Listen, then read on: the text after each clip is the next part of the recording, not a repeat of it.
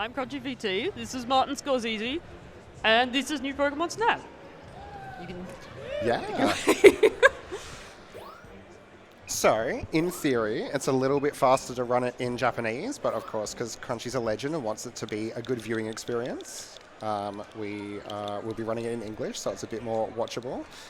And thank you to the incredible incentive goal. We've got Pants as our name. Incredible donations all around.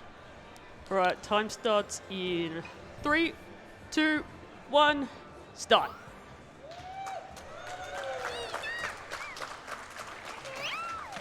Alrighty, so we have a bit of a cutscene to start the game, and then Crunchy will get to do a lot of mashing, which makes this game horrible to constantly have to reset. A lot of forearm work for those incredibly insane mashes. But a lot of people often, I figure, it's a good time to go through kind of the crux of this run. A lot of people often ask, how is this a speedrun? It's just a rail shooter. A lot of it is in the planning. With all the Pokemon pictures we're taking, essentially in every level we're going to need to get a set number of points to be able to progress the game. But when you register a picture of a Pokemon, if it's a Pokemon you haven't taken before, you get a little badge animation that says new Pokemon entry, which takes time that we don't want to take. So we want to try to repeat Pokemon as often as possible. And so a lot of the run is done in the planning in that sense, figuring out which Pokemon we're going to take pictures of. But also, it turns out when you're moving around through the level as well, if you're doing anything other than facing directly forward, your forward speed is reduced a little bit based on how close to backwards you're facing. And if you're zooming in to take a picture, you also lose a bit of speed. So not only are we trying to take really specific Pokemon to get a specific point value, but we want to not be facing backwards, not having to zoom, those sorts of things. And, you know, it loses not a lot of time, but this run is, you know, somewhere between 2.5 and 3 hours. So if you're losing like a part of a second for every photo you take, it adds up to a fair few minutes over the whole run. So that's kind of what we'll be seeing. I do a lot of safety strats, so I'll probably be taking a lot of Pokemon that you wouldn't normally see in a normal run. Yeah, so each Pokemon that you take, if you haven't seen it before, it takes about 6 seconds to register the picture, or a Pokemon you have taken before takes about 2 seconds to register the picture. If you fall short of the points target, though, you've got to go through all your photo assessment, exit the level, take photos, re-enter the level, go through another assessment. You lose 40 seconds to a minute, so it's much safer if you're not sure that you've made the points threshold. Just take a Pokemon. Lose 2 or 6 seconds rather than a minute. This is our first photo selection. This is the only one you have to do manually throughout the whole run, I believe. Yeah.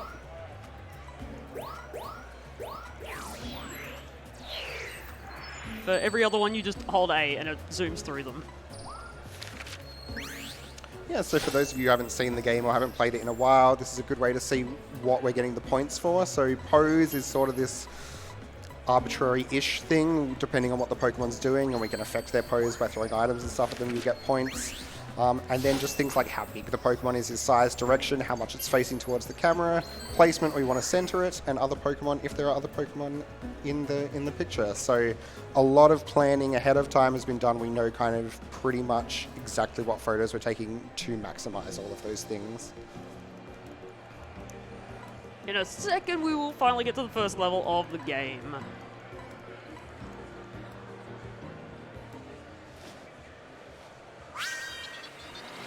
When I finally get to mess with the settings.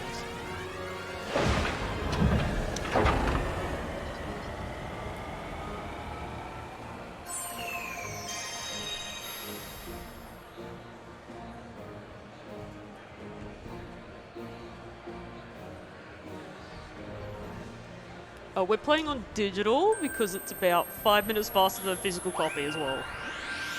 Yeah, for those of you who ever run or are thinking about running a Switch game, if you haven't bought the game yet, always buy it digital and save it to the local memory rather than the SD card. It'll be much faster. We're just going to change all the camera pointer speed settings as well because, as I was saying before, if you're not facing directly forward, you move a bit slower. And so that time loss from menuing is easily made back up by the fact that you can quickly snap to one side and then snap back forwards. and you can be facing forwards much faster.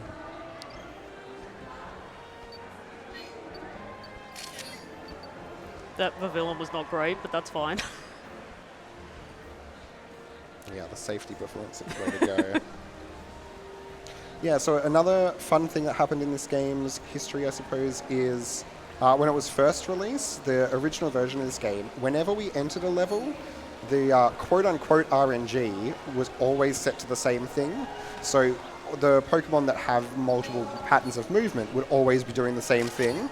But when the DLC came out, they also updated that in the patch so that the Pokemon, you know, some of them only have one pattern, so those ones are predictable, but the ones who can have multiple patterns, there's no way that we've found to manipulate that. So there's a little bit more on-the-fly skill required than when it first came out. So, you know, things aren't quite as specifically planned and down to like a couple of points like they used to be. But a heck of a lot more improvisation is required for sure. I used to get that Swan up perfectly. That's so hard. Yeah, it's pretty mean.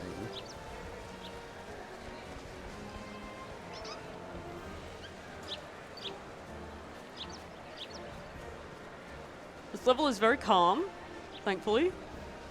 Nothing too crazy goes on in it.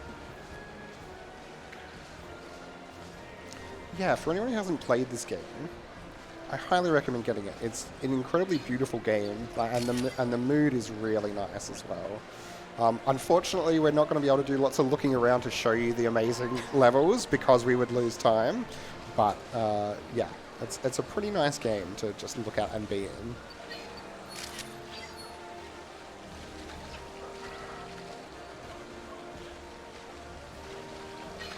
Magikarp is in almost every level in this game, so it's a Pokemon we'll be taking pictures of a lot. Even though the pictures aren't worth that much, it is one of those guaranteed repeat Pokemon that don't take nearly as long to assess the points for. And that Hoot that was sitting, looks like a horrible picture because it's sitting in that hollow in the tree and you can't really see it. It appears in the next level, and so it's actually a time save taking that rather than other things, because next time we register it, it won't be a new Pokemon.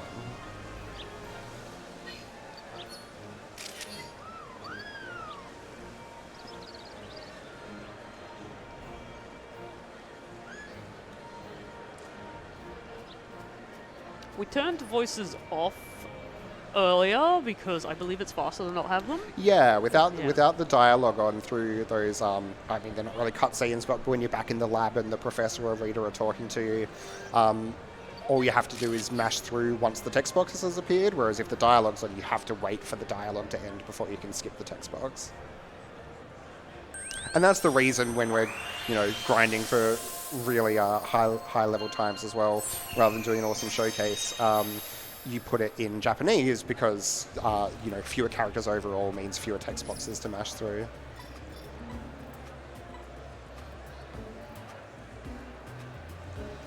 And so a bit of a blessing and a curse. This game has an auto-select which will choose which photo of a Pokemon to submit to the professor to be assessed.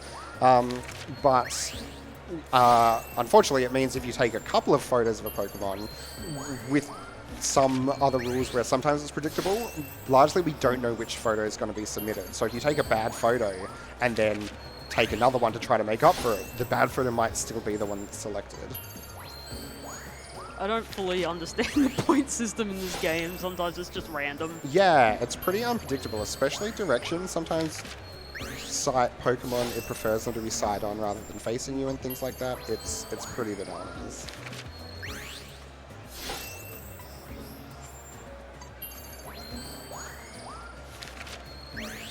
And so you see this orange badge that says new, that's the thing we're trying to avoid as we progress through the game.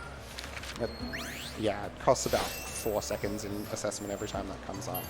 Because you also get this animation of it being added to the album, which is a bit longer than it otherwise would be. Oh, I'm hoping this is enough. That Swan was so bad. Good Forges.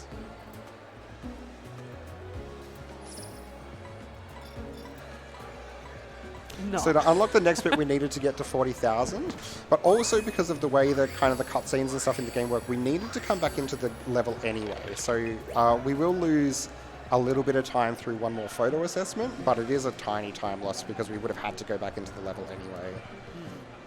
As we progress through the game, getting to the next research level will typically unlock the next level, but also there are other story elements that unlock as we go through it, and no two story elements can happen at the same time. So there will be a few points where we deliberately fall a little bit short because we know that we're going to have to re-enter and take a photo to unlock the second of two story elements that we're unlocking in the same level. I have no idea if that made any sense. When we get there, I'll be able to point it out a bit more. Oh, what is the backup here? Go back in and pretty much snap anything you see, I reckon. Easy. Oh, Grookey over to the right, I reckon, is the way to go, because that was your 2-star, so it'll be 1-star as soon as you get it. Right. But first we have to go through a tutorial teaching us how to scan Pokemon, which is a mechanic in the game that does various things. For us, it does help. We can kind of affect their poses a little bit, some of them. It makes us a nuisance to the Pokemon, but it's for a good cause, I swear. Yeah, the professor's a big fan of harassing Pokemon and getting photos of it. We often throw fruit at them or hit them with our weird electronic blast. It's a good time.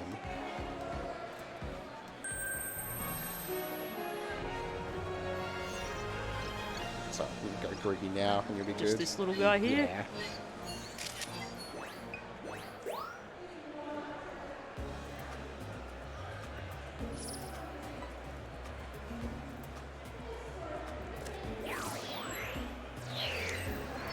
So to count towards our total points value in each level, you can repeat a Pokemon as long as the star values of the poses are different. If we took another 2-star photo, our total research points level in Park Day would only, the better of those two photos is all that would count towards it. But because we had a 2-star and a 1-star, both of them count for the entire point value.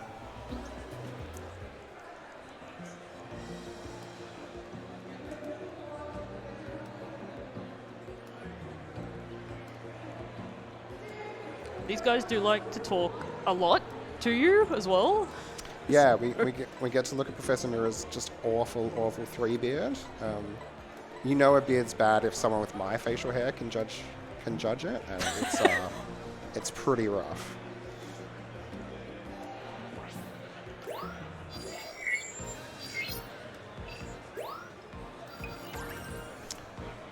So we're on to Park Night. Big difference between the original Snap and this is you can do day and night of almost every single level. Or is it every single? No, almost every single level. Yeah, it's close. Yeah. Volcano? Forest. Yeah, Volcano doesn't have a night. Reef technically doesn't have a night, it has a sunset. True.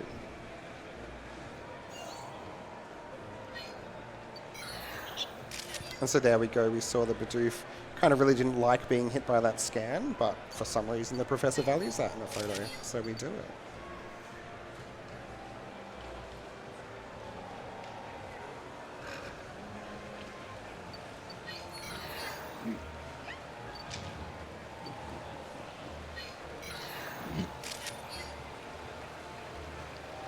We woke this poor guy up just to take a photo of him. It was a great photo as well. That Tangrowth is a bit risky because that pose that it does, where it lifts its arms up because it got scanned, in some parts of the animation, it's worth almost no pose points, and in some parts of it, it's worth a lot of pose points. So it's actually a pretty precise timing.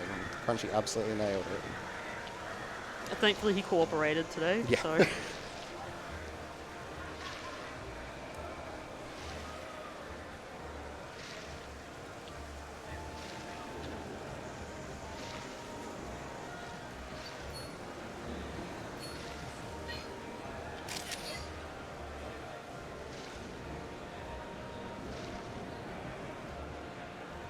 We don't have to wake up any of these guys, thankfully. I'd feel a bit bad if I did. But we just have to wait for this Pidgeot to notice us, and then we take a photo of him.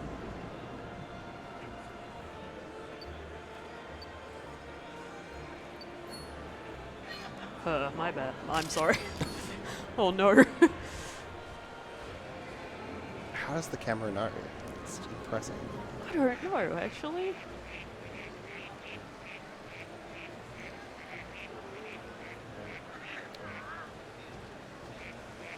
I got a 1-star Pichu before, so now I get to wake this one up.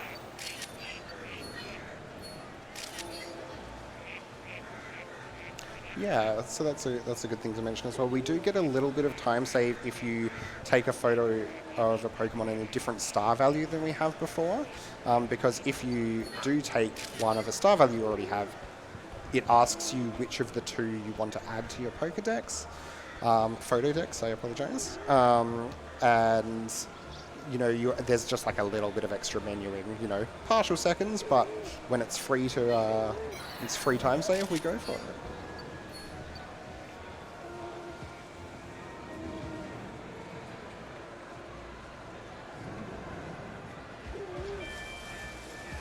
If anyone's ever been interested in speedrunning and wasn't sure where to start or is a bit daunted, I highly recommend this game. It's really nice. There's lots of elements of typical speedrunning where you can just, you know, you can do beginner routes and then you can improve on that once you're consistent. There's other strats you can learn and things like that.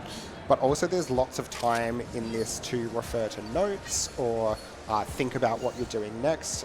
It's low pressure, but still a really high skill bar. So I quite like it. It's pretty much the game that got me into speedrunning a bit more seriously. It's quite a relaxing game. Lots of moments to just sit there and think, all right, this is what I got to do next.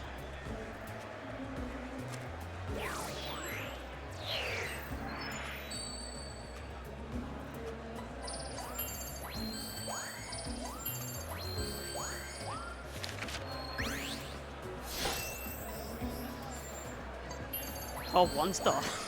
Oh, weird. It was still worth heaps. Totally fine. See, but I could have been a frame off a 2-star. We don't know. Yeah, yeah.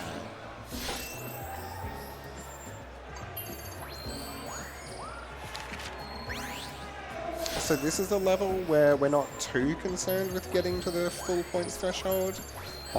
We can, at some point, to unlock kind of the next few things, we are going to have to re-enter something. So if we don't quite get to the points threshold here, it's totally fine.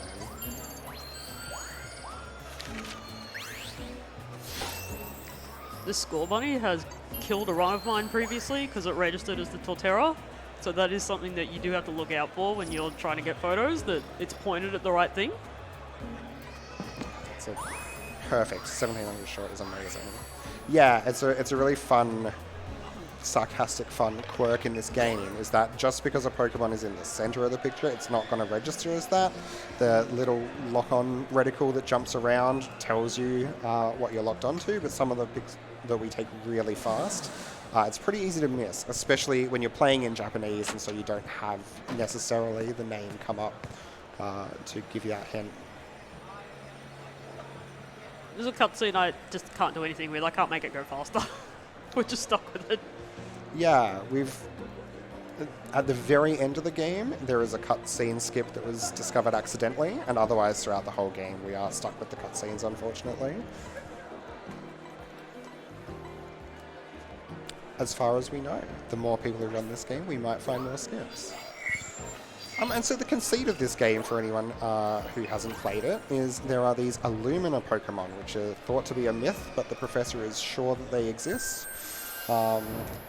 And so we're out there looking for them, and no one really knows what they are, except that they're big and glowy and pretty. And spoiler alert, we might be able to find out that it's not just a myth.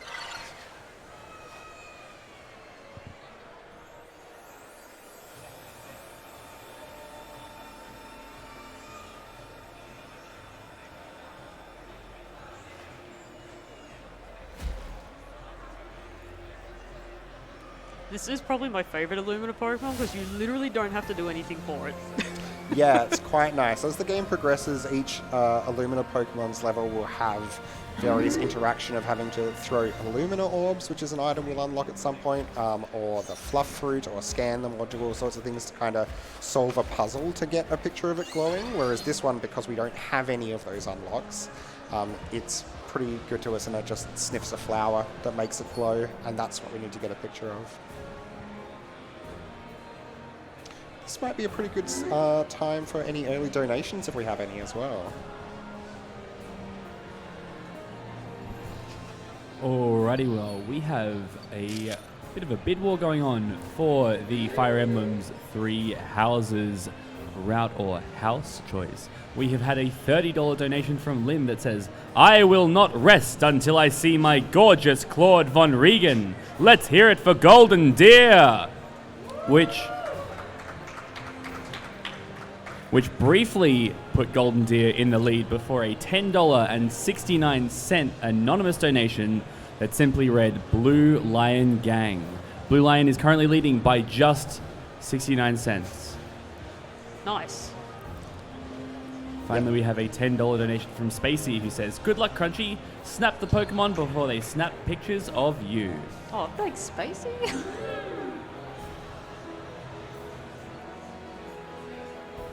This is pretty much what you do for Illumina levels. You take one photo and then you just sit there. So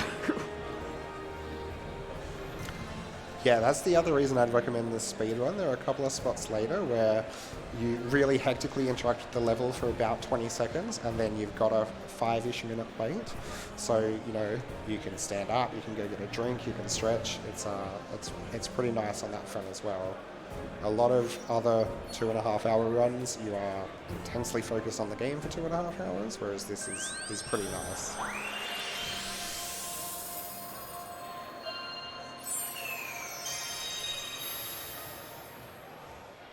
now we get to sit through the professor fangirling over this photo.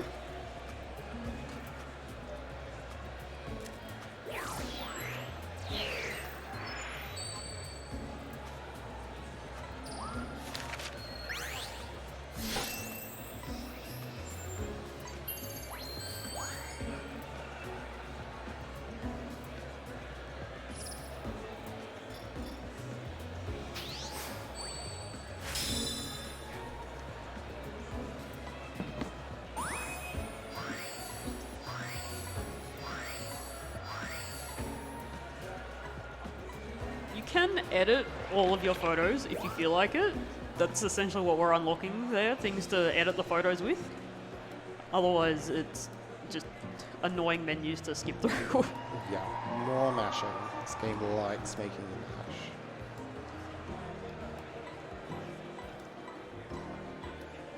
And so now they're both just super excited that Illumina Pokemon exist, and they tell you to go out and have fun, take some photos. But what we've kind of figured out is that to unlock the next cutscene, what we need to do is have both Park Day and Park Night at level 2, and to have at least one new picture assessed after this point that we're at currently. And so that 1,700 points short that Crunchy was before in Park Night doesn't matter, because we have to enter a level and take a photo anyway. So we're going to enter a level, take a photo worth at least 1,700 points, and get straight out. What will I take a photo of? Is this rhetorical? No, I can probably just You do the got it? score bunny. Score right? bunny is Yeah. perfect. I've never had this issue. I'm usually always safe with my photos, so Yeah.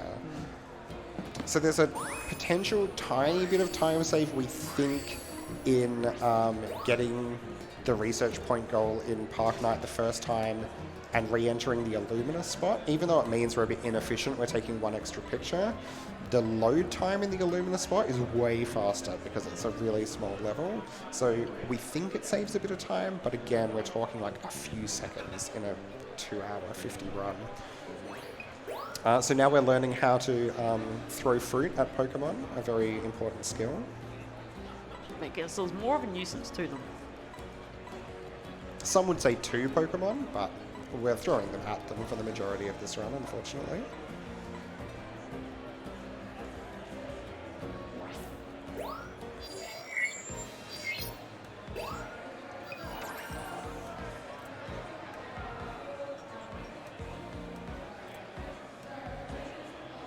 first time you load into a level, you can't skip the opening cutscene. But second time, Oh, you'll need to scan it Oh. for 2-star.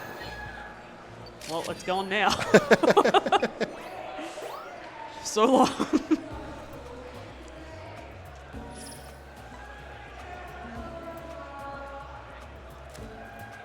Yeah, that was unfortunate. So this is a deliberate. You were just showing how this works. Oh, the sure. the star values. Sure. So because we already had a 1-star photo, the points didn't count towards our research level. Alright, retry. Try again, take 2.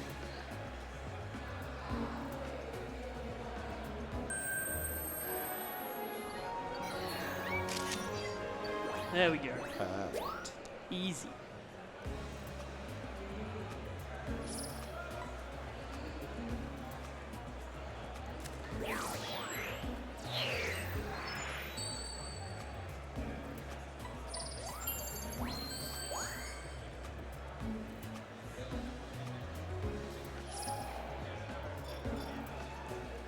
And so weirdly, at this point, the game doesn't give us any prompt that we've unlocked a cutscene. Every other point in the game it does. But we know that if we hit return to camp, we are going to get visited by an old favorite.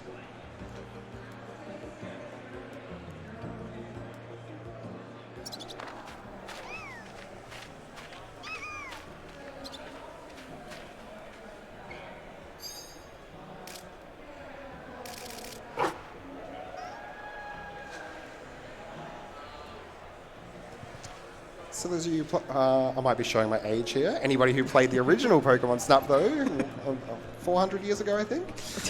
Close to that, yeah. Todd Snap, who we were playing as back then. And he looks amazing for being 20 years older than he is. I actually didn't know Todd was in this game because they didn't show any advertisement of him, so it was quite a surprise to see him the first time. And now a quick transition from a great character to possibly the worst character in any Pokemon game. Yeah, Phil's not great. He's not, and I think he exists to be your rival, but you never actually compete against him, so he kind of has all these annoying, oh, you're so good, I can't wait to beat you lines that come up, but nothing ever comes of it, so yeah, it's interesting. But anyone with a keen eye or might know as well, Rita is a Gudra, so they've made Phil to be a Tyranitar as well, so we've got our fun little Pokemon mascots there.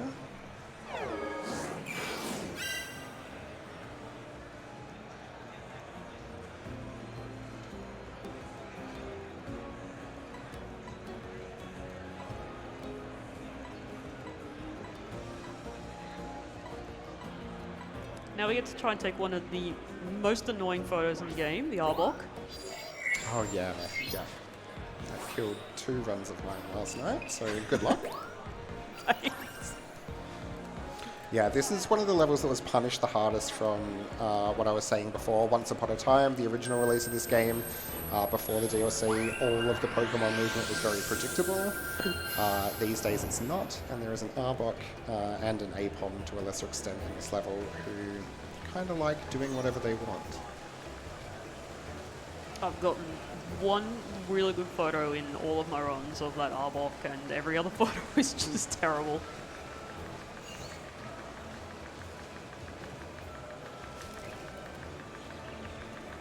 We have our first instance of annoying a Pokemon with an apple.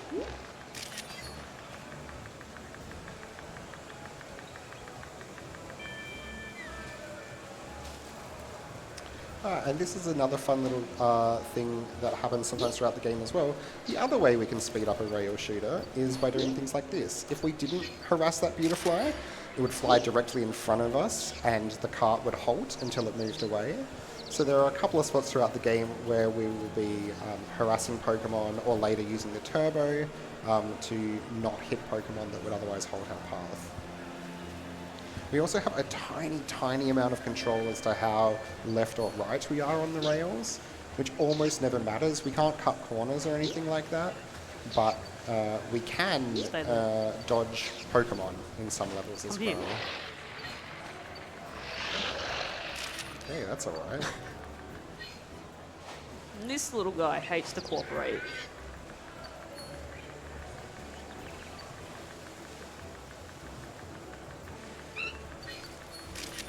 Oh, I missed the on-chin.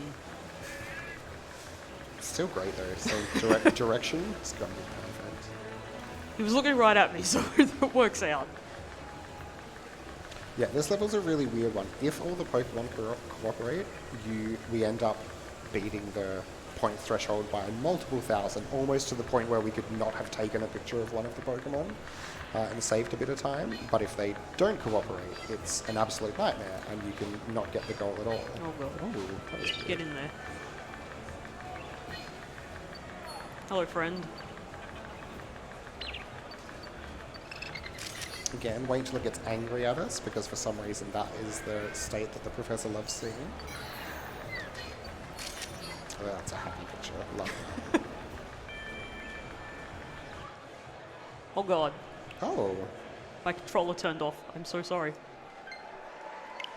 Not sure why that happened, but okay. RNG manipulation. Very good. Yeah, we'll go with that.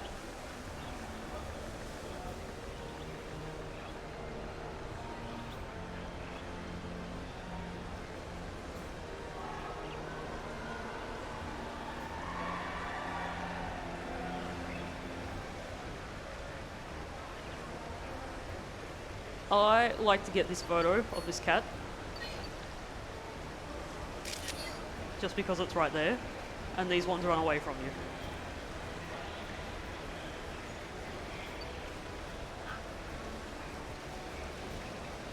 I don't know why it's so angry at me, but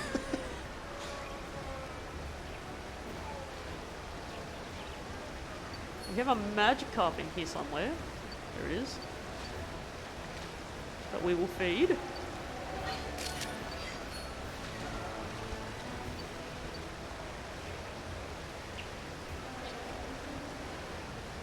Some of them, I believe, are 3 stars for feeding them, and others are only 2. Yeah, I'm yet to figure that out as well. Oh, did you get the unlucky Beautifly? No, you went under it. Oh, yeah. Yes. Nope, she left me alone. I have lost time to that just flying in the way for no discernible reason.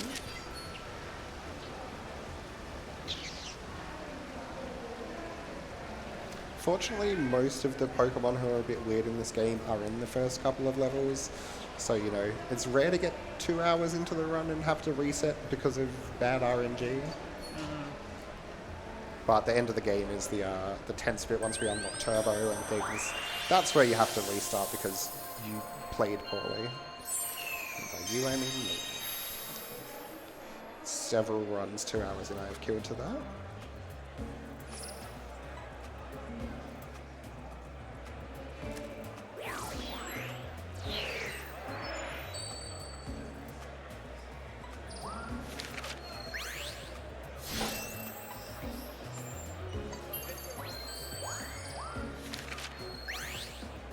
Oh, that is very close. Still good. Yeah, size is one that's really hard to predict without a lot of experimentation, because if you don't get the whole Pokemon in, you lose size points, but you want to have it fill up as much of the picture as you can. But some Pokemon, it doesn't care about their extremities. It's very strange. So in theory, it's lots of experimentation, but most of the time it's just luck.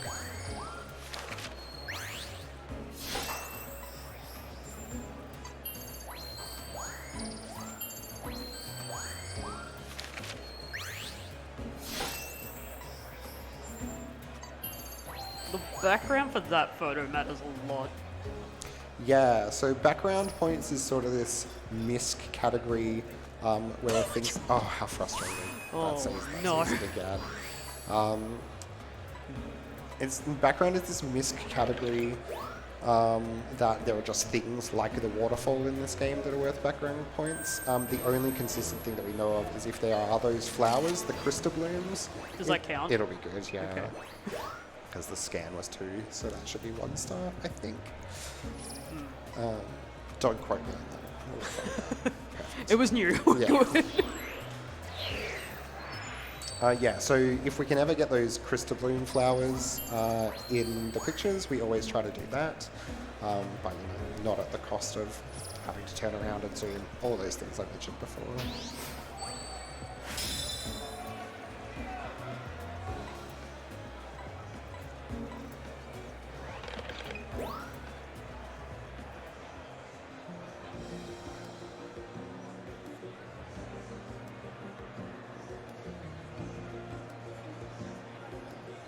So the professor's about to tell us that those flowers seem cool and interesting, and maybe something will come of those. So in each region that we go to from here on in, those are crystal bloom flowers. We're going to need to take a picture of them glowing, which is typically in the nighttime levels. And it'll unlock a region-specific orb that we can throw to also make Pokemon do fun things. So this is a good example of where we're going to be unlocking 2 story elements at the same time. Getting both jungle levels to research level 2 unlocks a story element, but also taking a photo of the crystal bloom flower in this level unlocks a story element. So Crunchy's going to intentionally fall a few points short and take a photo of the flower so that we get the flower story unlock, because we can only get one at a time, and then we'll re-enter, quickly take a photo that points up to the next research level, and exit and unlock the next story level, because we would have to do that anyway. If Crunchy got the points and took a photo of the flower, all that would happen is the flower cutscene anyway.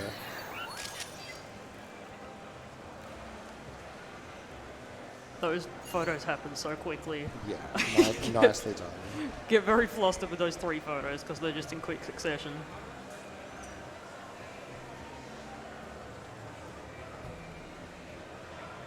And then we just have to wait a little bit.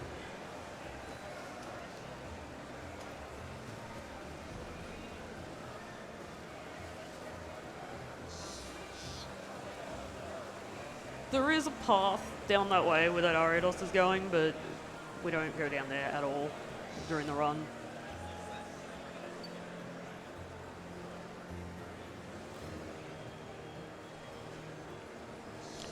Yeah, this is an interesting speedrun in that we don't do any skips. We're not cheating the game to skip any parts of it, but there's still so much of the game that we don't see, because each level changes as you increase through research levels, and we never go past research level 1 on any level, and there are multiple paths, as Crunchy mentioned, so yeah. Again, highly recommend picking up this game. If it looks remote and interesting to you, there's so much content in it.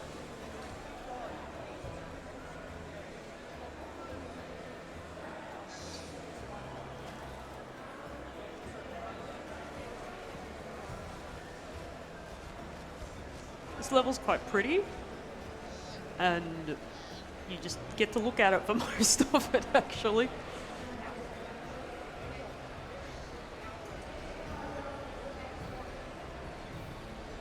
I never remember where this nest is, though, here. That's awful. Yeah.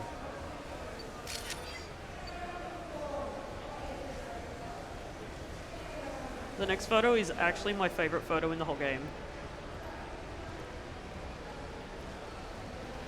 It is very silly.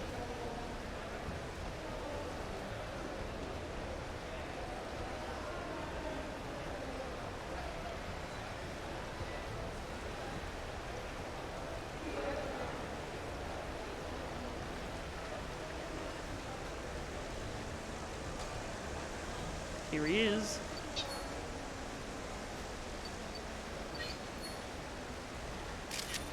What a good That's a one. better photo. Love it.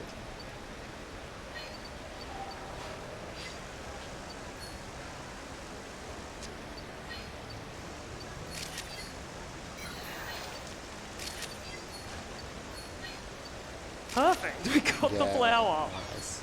So that flower, sometimes it just does not lock onto it, and it takes it as Quagsire pictures, or says there's no data in this photo. And you have no choice but to re-enter the level, ride it out, get back to the flower.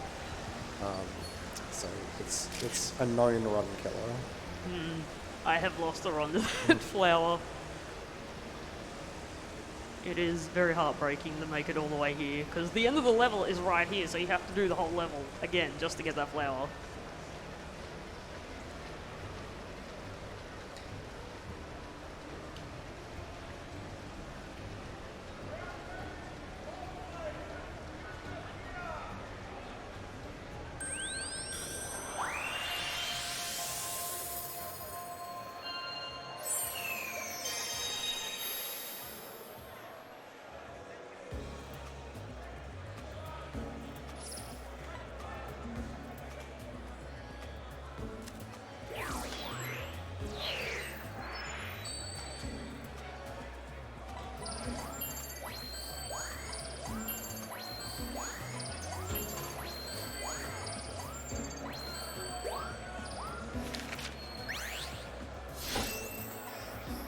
So there's a few little things we've done here, like throw the fluff root at that Liepard early and feed that Yan Mega down at the waterfall. They take a little bit of time and don't actually make the points value increase all that much, but what they do is make them 2-star photos that we've taken, because when we re-enter, there's a Yan Mega and a Liepard at the very start of the level, which we want to be able to take a photo of to increase our points value, and we can only do that if it's a different star. That was an amazing quick start. If they are if they're a different star value, and so we take the 2-star ones here while we have a bit of time to manipulate them, so that we can really quickly snap a couple of 1-star photos when we re-enter. Yeah, I'll have to be both, I think. Nice points value. Yeah, a gambler could just go for the Yan Mega, but Nope. yeah, you can definitely go for both. Do them both.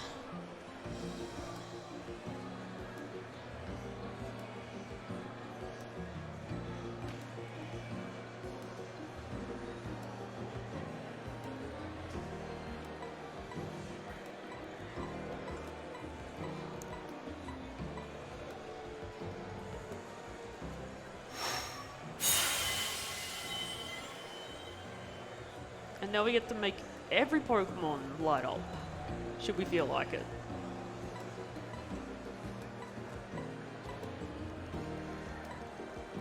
So just quietly, Professor Mirror is a genius. He's seen this flower for the first time about 30 seconds ago and has already synthesized something that replicates this effect that was thought to be a myth until about 20 minutes ago. He's pretty good.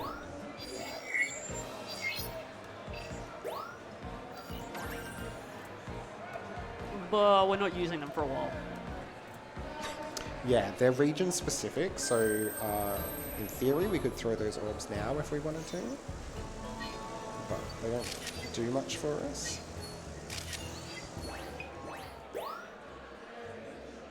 And when we go to the next area, we won't have the orbs because we don't have that region's orbs.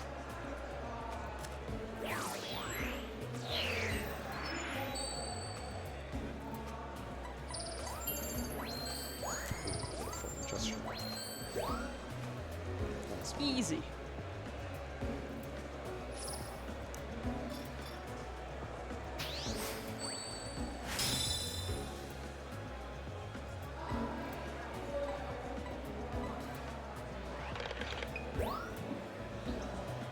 Hey, would this be a good time for donations? perfect, yeah.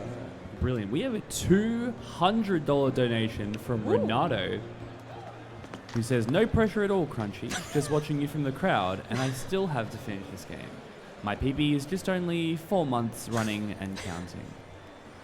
Thanks, man. No pressure, I'll finish it for you, it's all good. Hey, you might be like 30th on the leaderboard or something if you upload a 4-monther. Just get into it. Let's get the numbers up on the leaderboard.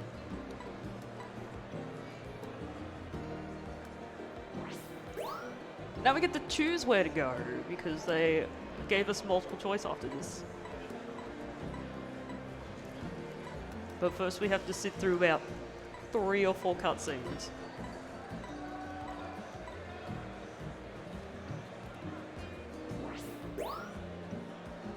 There's also very few places in this run where commentary is super urgent, so if we get any amazing donations, please jump in. Always happy to hear about those.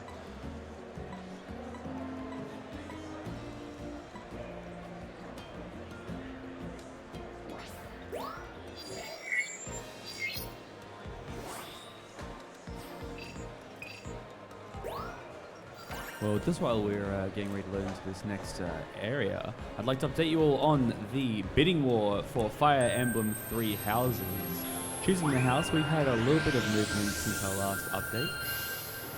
The crowd has been put to work and they've been putting in some offline donations. It has put Golden Deer up ahead of the Blue Lions for about 30 seconds before someone put in enough money to cover the Golden Deer by the original 69 cents. So this is how close this run's gonna, this incentive's gonna be. If you want to see Golden Deer, you need to get your donations in now. If you want to see Blue Lions, you want to guarantee it, get your donations in now. Push it past the Golden Deer Army's sphere of influence. And if you're a Black Eagles fan, they're only about $30 behind. So if you want to see the Black Eagles instead of these other two, get your donations in and we'll just see what happens. I personally love Black Eagles, so I would love to see that.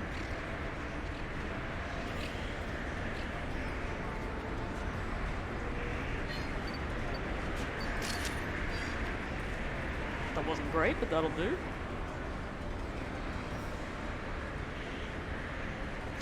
I have a grudge against this level. I spent a lot of time playing around in it, trying to find a way to take one fewer Pokemon between Sans Day and Sans Night for a grand total of 2 seconds. I think I spent about 2 days trying to figure out how to do it, and it didn't work. So now I just have a real distaste for this level. I did it to myself.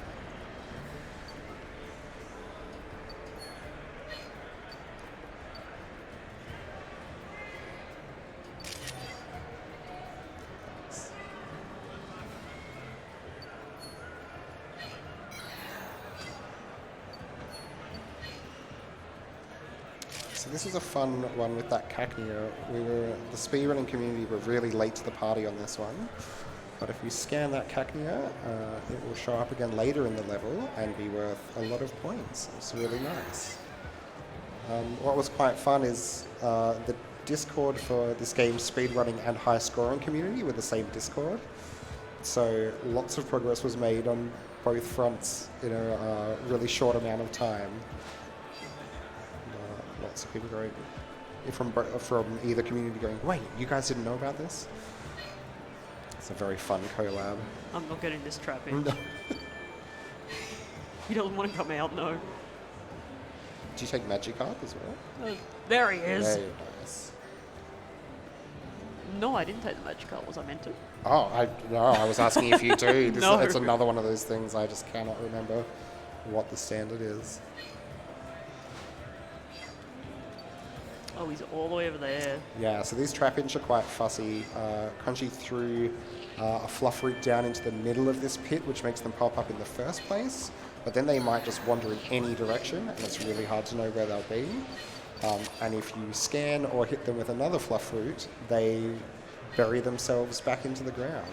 Here are those Cacnea that we scared earlier. They don't show up if we didn't do that scan. Come on, buddy.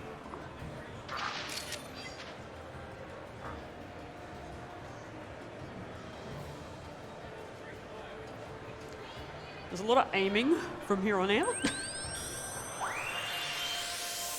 can make it very frustrating, like those trap-ins. You can get them earlier, but I'm very, very bad at aiming the right place for them. Ooh, yeah, lots of YOLO throws in this game, just hoping that stuff works.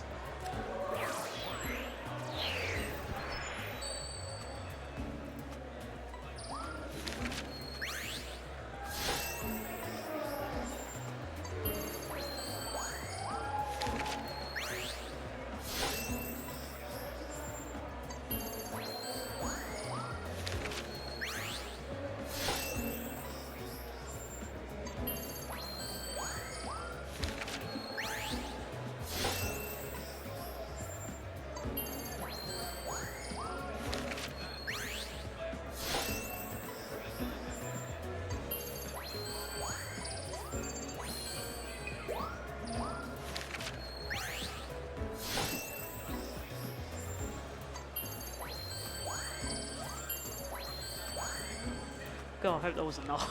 I think it's going to be close. I think we'll get there. Oh, wow.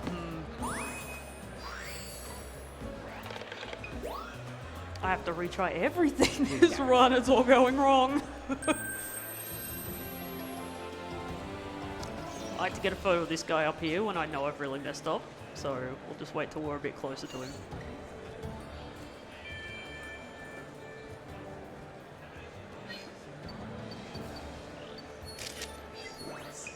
Hopefully that's enough. Yeah, it was 1200 or something. It takes some skill to have a photo count and be worth less than 1200. This game doesn't accept low point photos at all, so I think you're pretty safe.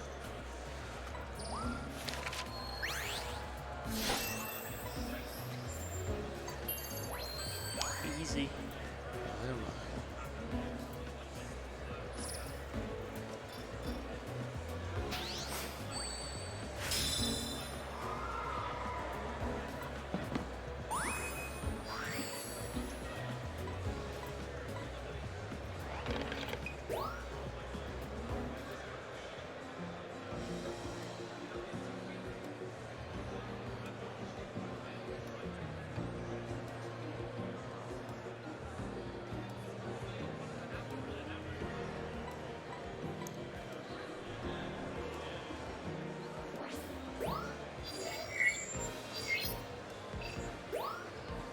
Now the flower in this level, very, very easy to miss.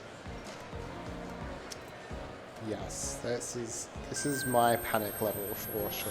I take about 10 photos just looking at it, hoping that something registers. It's in a very awkward spot. It's at the top of a cliff as we go down a steep slope, so it's pretty easy to miss.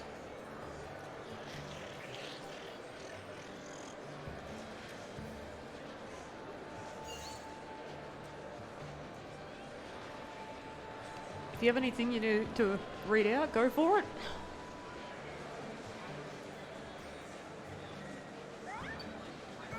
Oh, they're not cooperating, are they? Yeah, those are some more Pokemon that once upon a time we knew exactly what they were going to do, but sometimes they look at you now and sometimes they don't.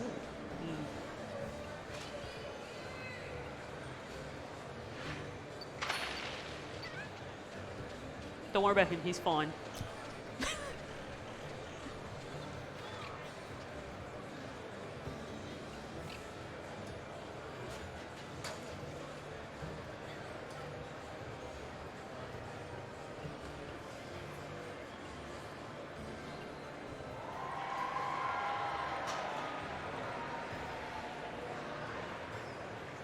We get to be a nuisance to almost every single Pokemon we encounter from here for the rest of this level.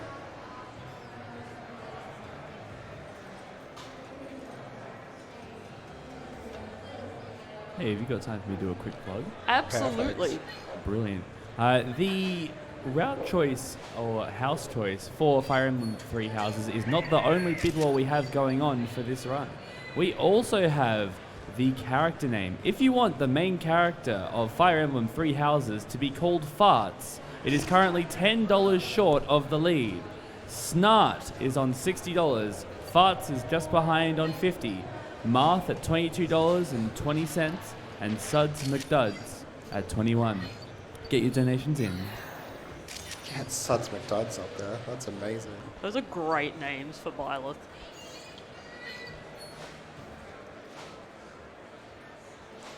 Come on. There is a Magikarp in here. There he is.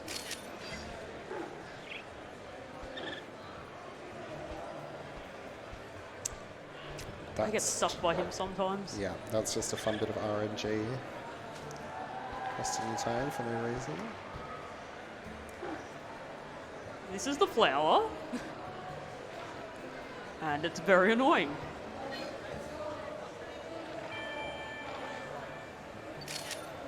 Ooh, I think that counted because the name came up. Nice. Safety photos. Yeah.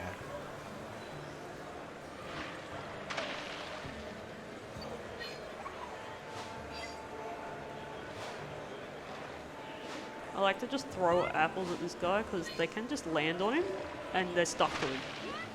Ooh, yeah. Why So are he's they not stuck? gonna. There we go. Yes. Just for fun. There we go.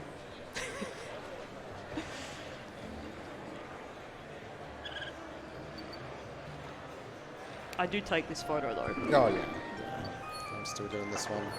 This is the one instance I think in one of two instances in this whole run where we use the poker flute. Though it's not a flute in this, is it? It's phone app, they say.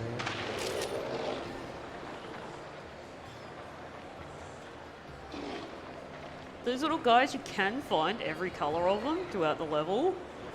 That's so slow. And very annoying.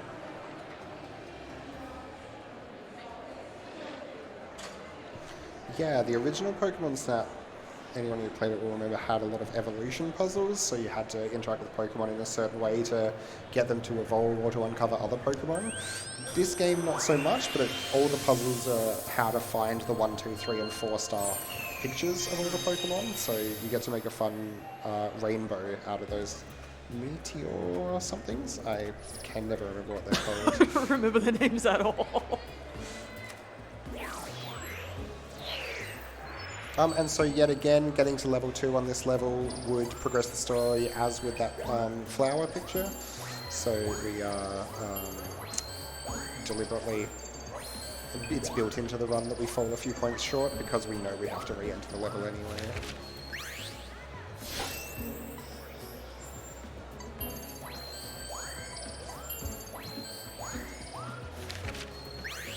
Hey, do we have time for a big donation? Absolutely, Yes, go please. for We it. have received $400. Woo! It's from Nintendo, and they simply say, "I love Crunchy." Aw, I love you too. With that donation, we have gone past $7,000 total raised for the event, which is an awesome achievement, raising money for Game On Cancer.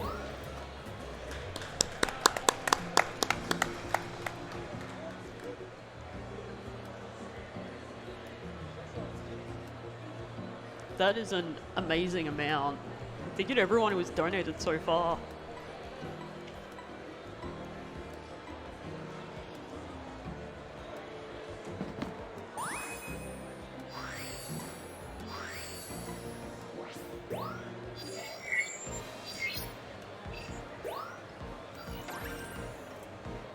We just do a quick re-entry here, take 1-2 photos, and then just dip.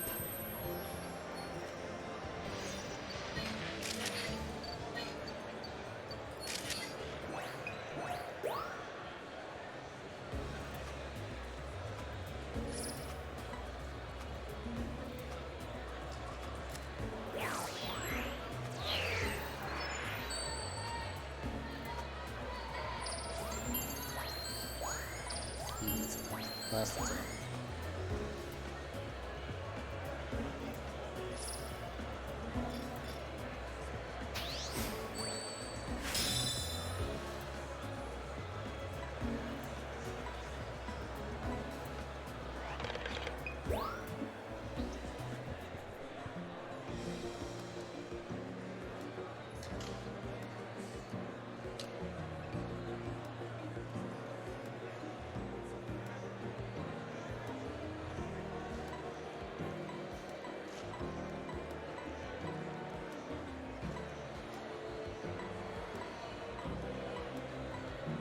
So yet again, the professor is amazing. He's found out there was a volcano about 2 minutes ago, and he's already modded our little vehicle to be safe to go in there. Or at least safe enough for him to be happy to send a child in there. So Oh, every time. yeah.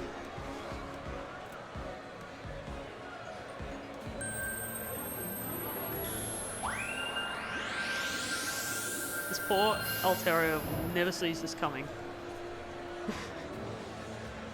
Turn around, and we throw apples at him. Him never sees it coming.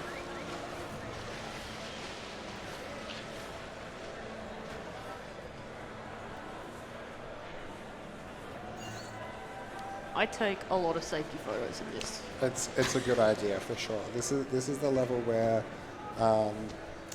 if the Pokemon were predictable, which they're not anymore, you can pretty reliably take, I think it's 7 exactly photos, but it's very easy to fall short, given that they are a bit funny these days.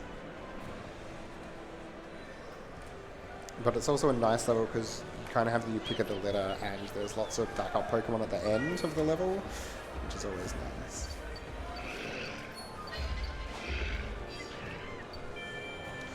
This is Almost also missed. such a small target. So this is another fun bit you'll see in a minute. We're about to speed up. If we were looking behind us, which we don't do because we would lose time, we'd see that the Tyrantrum's actually chasing us. So not only does hitting it with the fluff root give us a better photo, we actually save. It's a huge in comparison. It's 5 or 6 seconds of boost that we get there, which is a nice little trick.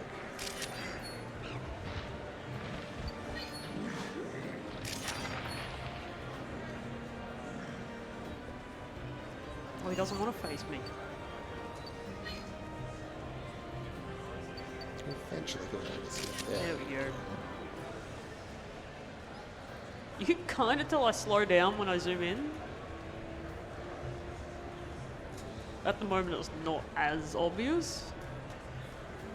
Yeah, we used to think it didn't matter too much, but then when the Pokemon were predictable back in the day, we would notice that they were, miles out of sync with what we were expecting if we'd zoomed in too long. So it's actually a very significant difference, even in individual levels. And so over the course of the run, Oh no, he died. yeah, these Slugma just keep leaping into the lava.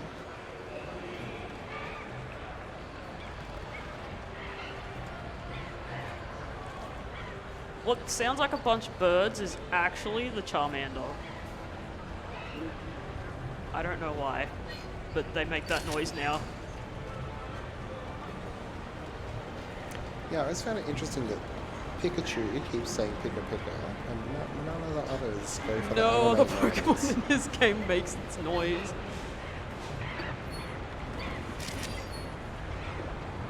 They should have just committed and make them all make the 8-bit noises from back in the Pokemon Red Blue days.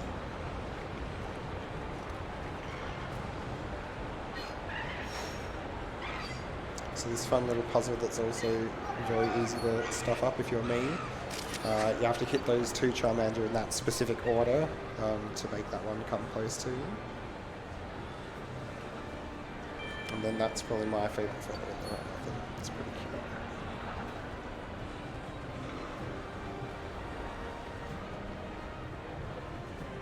There are points of the game, like, the camera will highlight something, but you just can't take a photo of it, like those ruins. It'll tell you, oh, there's ruins here, but there's no point in taking a photo of them because they just don't register as anything.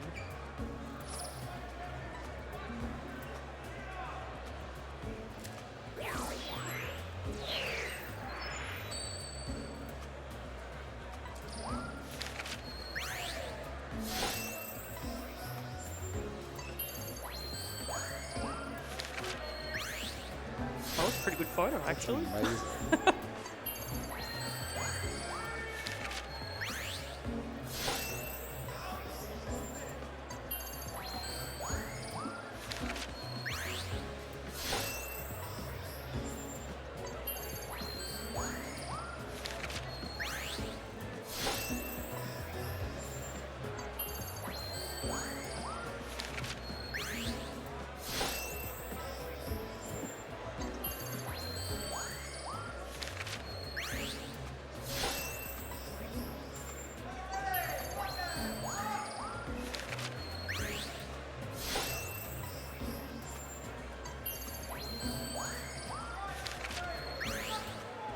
That is such a cute photo. Oh my gosh. I love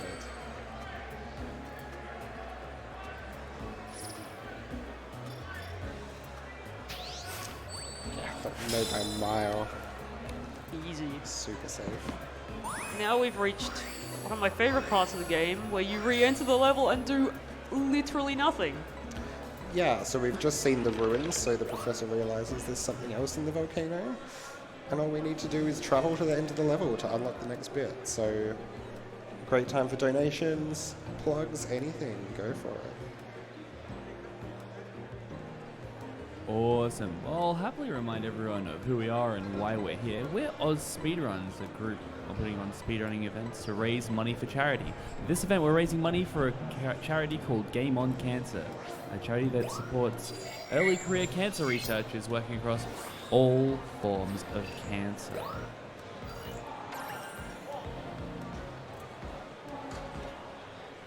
I'd also like to thank our major sponsor, HyperX.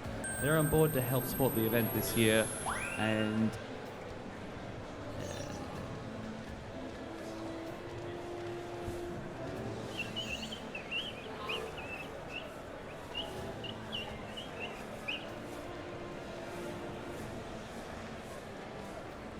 Can you win something from HyperX? Cool. Dead microphone. 1 second? Alright.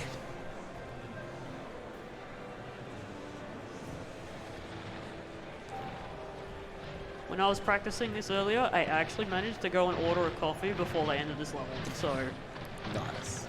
Yeah, this split in my live split is called Be Right Back Emergency. And yeah, I just walk away. Walk away for 5 minutes, have a drink, make a coffee. Stretch your legs. awesome. Yes, I definitely didn't accidentally turn the microphone. Yes, HyperX are our major sponsor for this event. It's fantastic to have them on board to support the Game On Cancer initiative. HyperX make fantastic headsets, microphones, keyboards, mice, and plenty more products. No matter what you play, if you're into gaming, they have something for you. And if you donate, I believe it's $25 or more during this event, you can go in the running to win a set of HyperX Cloud Mix Buds. Nice.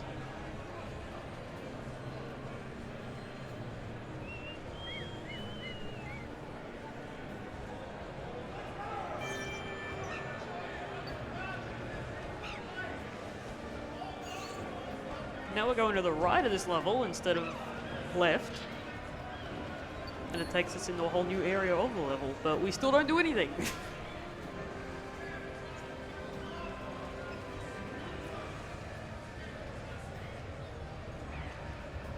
Whoops. Gotta look forward the whole time.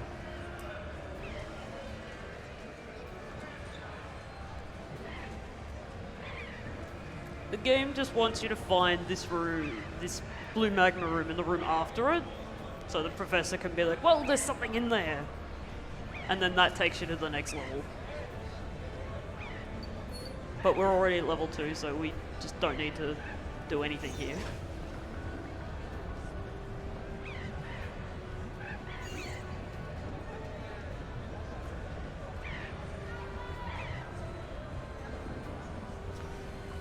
There is an all Pokemon's speedrun of this game as well, that is still being worked on because it's significantly more complicated, that has the advantage of some of these sections are a little bit more interactive, but if you're like me and you like getting up and stretching your legs and getting water, that's a disadvantage. You know, it's fewer points where you can take a bit of a break, refresh, reset.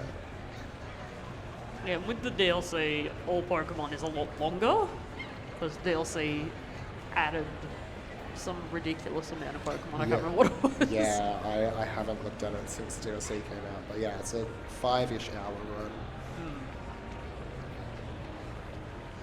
And the back 3 hours of that, you've unlocked Turbo, and you're constantly looking at it. It's stressful.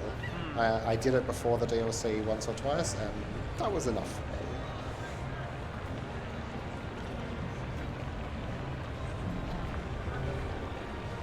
Yeah, awesome. If anyone's wondering where you can donate to AusSpeedruns, you go to donate.ausspeedruns.com, or you can type !donate into the chat.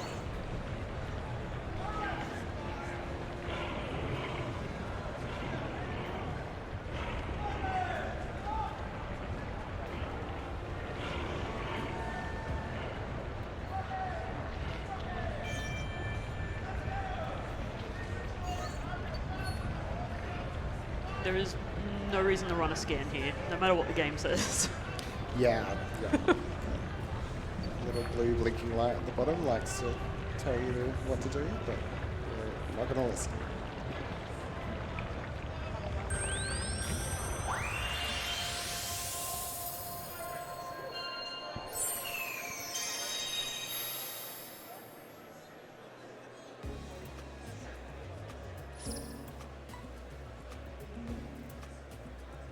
The professor is so disappointed when you don't take photos. His poor little face. He's so sad.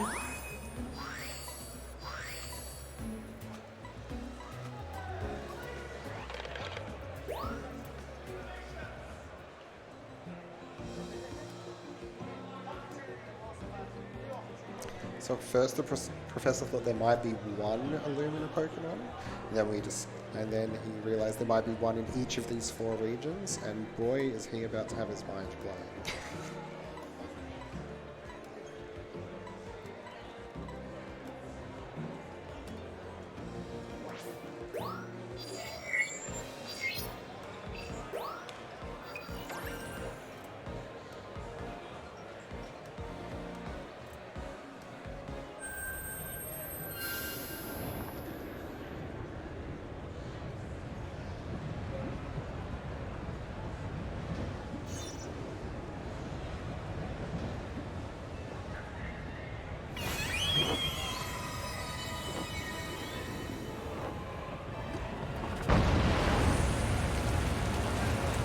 So a very child-safe environment, of course, the professor's sending us into. Somehow the Nero one survives all this.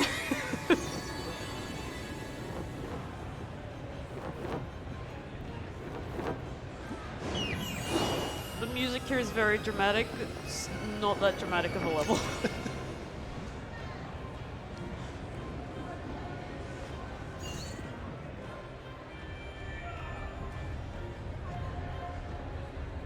Essentially just annoy this guy a little bit. I think I'm missing him. Yeah, so these Volcarona have their fun little fire shield around them.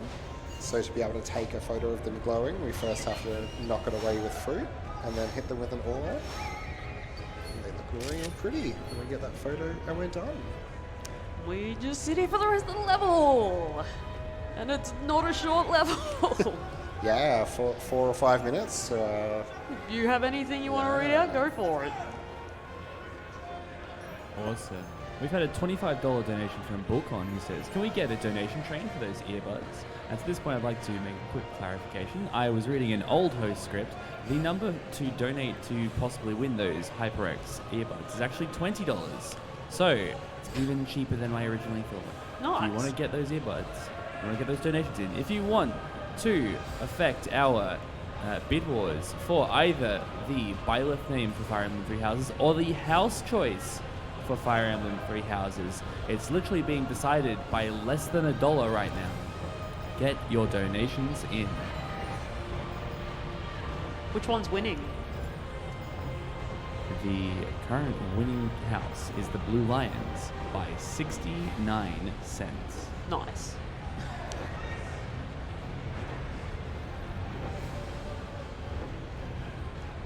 If you missed that photo at the start, there are a lot of opportunities to take that photo, but these guys are very annoying and they move a lot.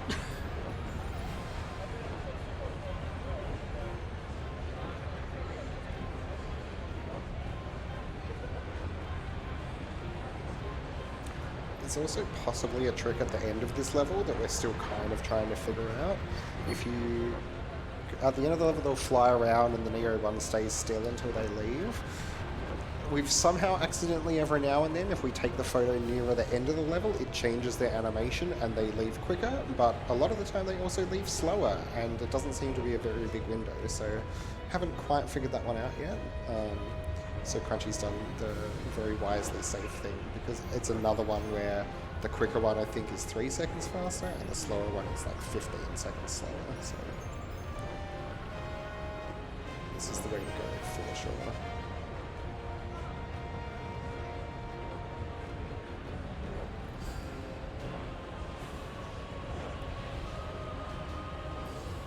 I believe this is also the easiest level to get over 5,000 points for one photo. Yeah, it's a bit of a meme trying not to get 5,000 points anywhere, because one of the little banner achievements that comes up that loses you about a second is for getting a photo over 5,000 points. So once upon a time we were trying not to do that, but it is such a ridiculous thing to aim for throughout this run.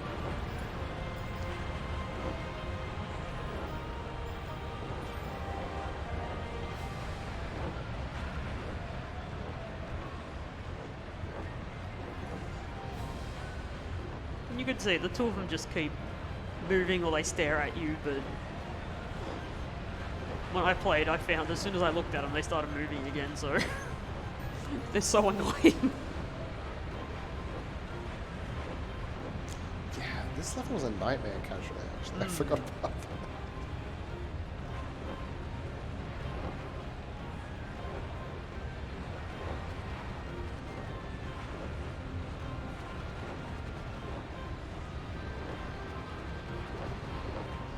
So this is what we're trying to avoid with that trick I was talking about before, but it's incredibly unreliable.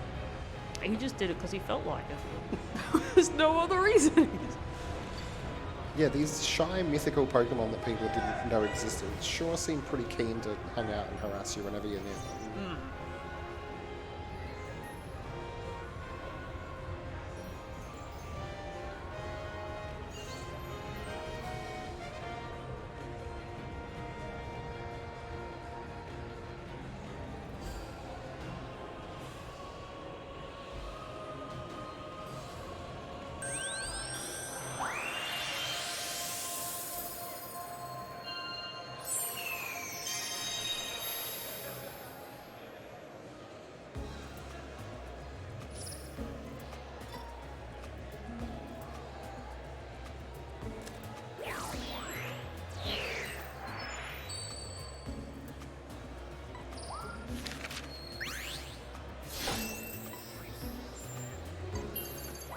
Oh, we got the 5,000. Yeah, we're into it. Oh no, we lose a second. Yeah, reset, restart the run.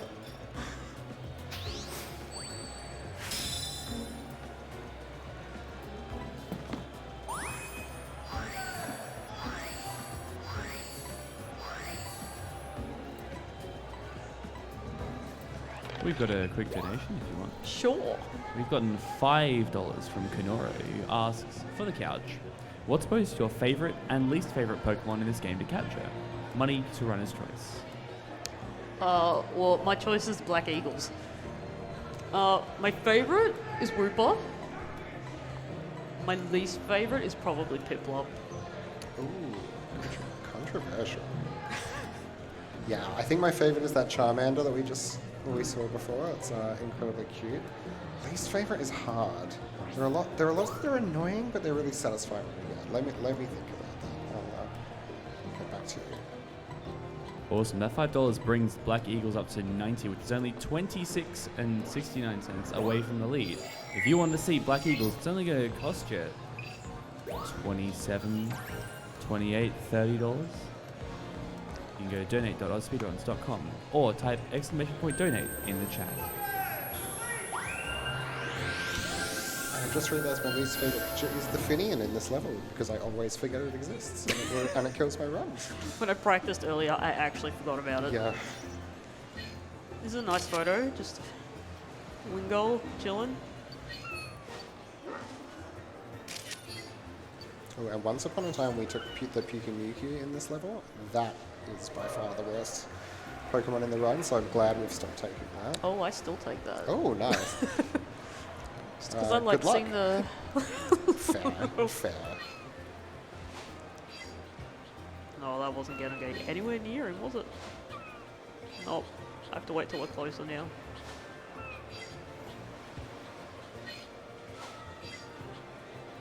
Oh my gosh, hit. Get out of my way. There we go.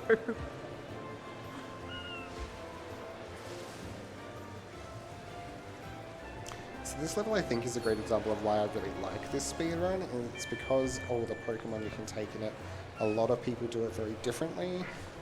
I've started taking a Crabrawler instead of a Stunfisk later just because I feel like it, and lots of the levels there isn't a set definitely the best way to do it. There's lots of preference and things that you can try to get good at if you like the photos or things like that. You know, still some enjoyment in playing the actual game as intended as well as speedrunning. Oh, I have triggered neither of them. Yes, this is why I don't. There we go. Go, go, go. Hey. I need this to happen like now. There we go. Got the peace sign up. Oh man, We got it. It's playing okay. with fire. Ooh. So here in the level you can go either way, and you have to scan to come this way. Which, This guy never cooperates with me, unfortunately. yeah, once upon a time, looking straight at you every time, but not anymore. Loves a good flex there.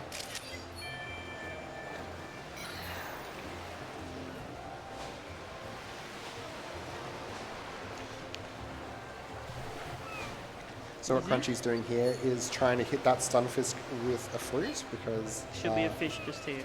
There we go. This is the Finian I don't like. It's very easy to forget. Oh, I am not hitting it. Uh-oh. Ooh.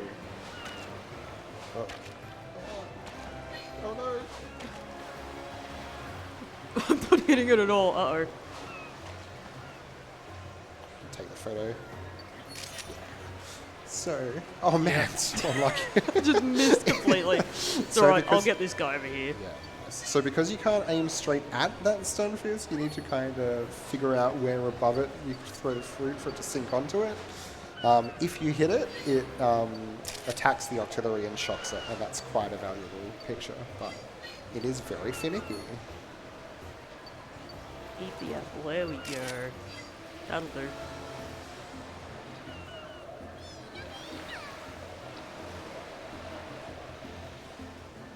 Thankfully, there's plenty of backups if that happens. I've never scanned that before. That's a fantastic pose. It's great. New favourite photo.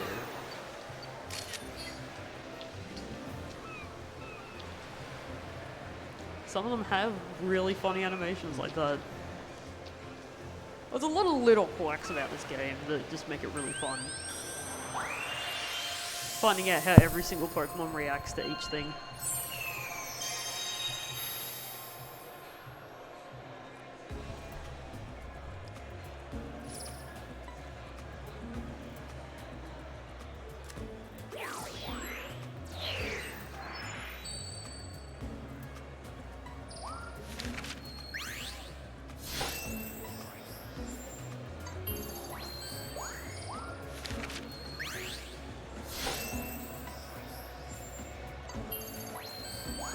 The next level is the only one we purposely re-enter twice. Oh no, you've got Reef first, then it's under. Pardon? Were you talking about Reef. Undersea? No, You've got Reef. Yeah, you've no. got The Reef one up. first, Yes, yeah. sorry. Forgot Reef existed for half a second. Reef we enter once. Undersea we enter 3 times.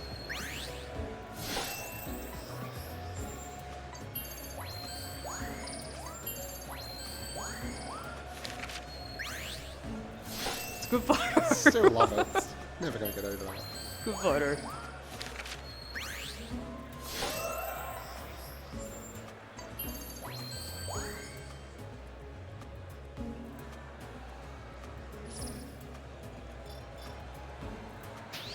Easy.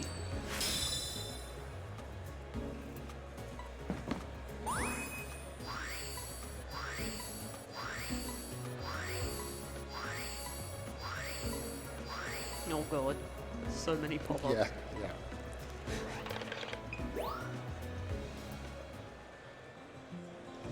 Hukamuka is a time save for me, I swear.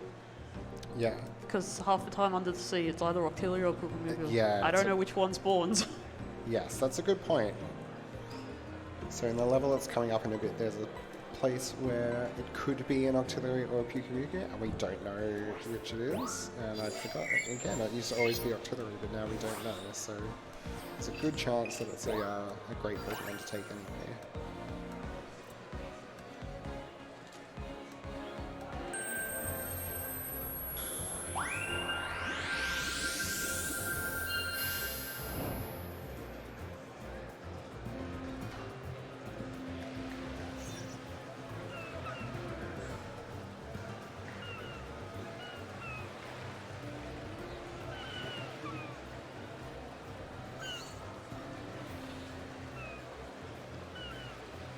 This level, post-game, has a sunset stage, I believe. Yeah, I think that's my favorite level in the game as well. There's some very cool stuff with Blastoise and the whale words and stuff.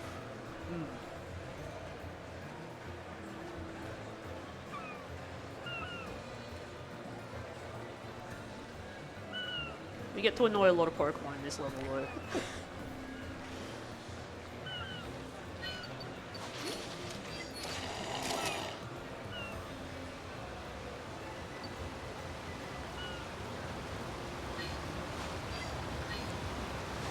Come on. 1? There we go.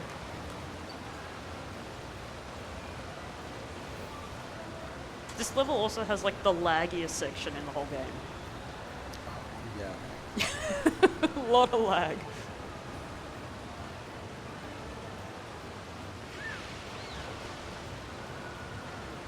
Swingull is a fun run killer as well. No pressure Crunchy, but yes. He's good. Yeah, not quite often, but I have had it before where the game insists that I'm taking a picture of those Mantine that are underwater in the background a million miles away, and not a Wingo, and the one dies. And here's all the lag. Whalelord's just too big for this game.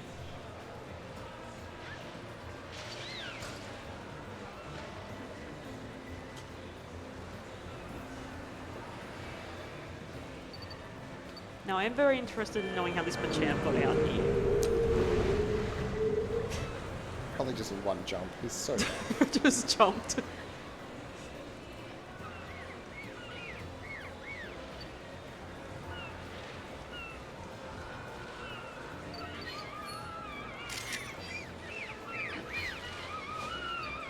Oh, I'm so bad at aiming at this one.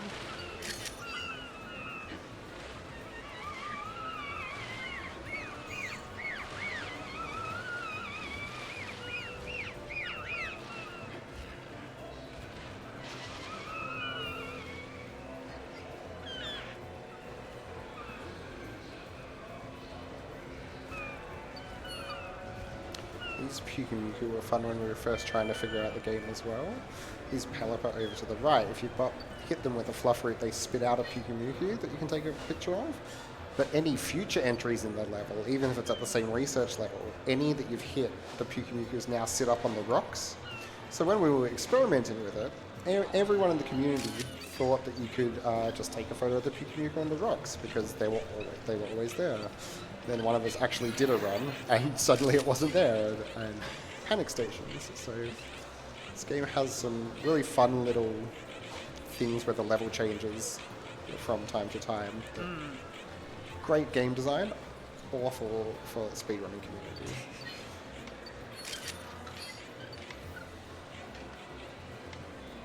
Some of those photos were safety photos, just so we could move on to the next level.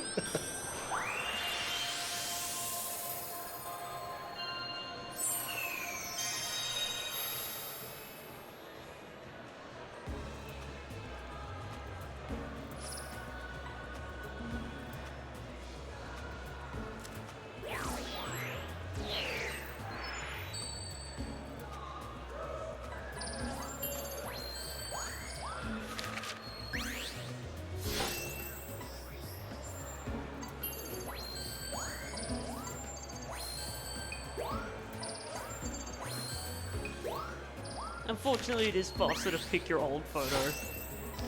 Yeah, when two photos compare, if you choose a new one, you get that animation of it being added to the photo deck, so it's frustrating menuing, but you're all over it.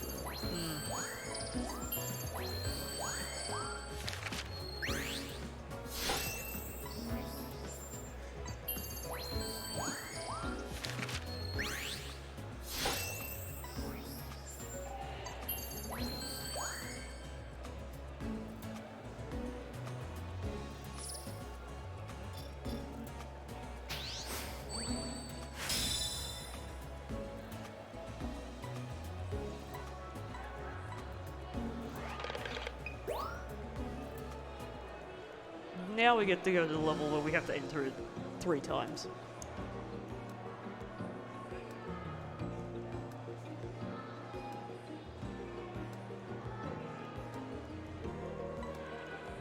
Yeah, this upcoming level was quite a fun little puzzle to figure out how to get through it quickly. I'll explain it more when we get there, but there is quite a literal puzzle in the game to make Pokemon behave in a way to open up the secret path.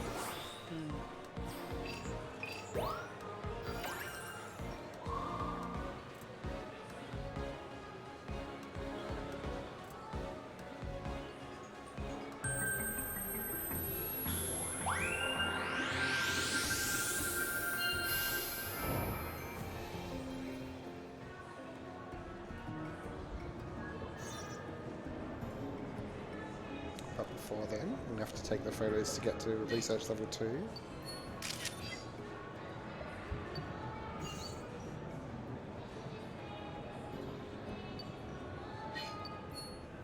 You need to turn around, or I'll just hit you, that's fine.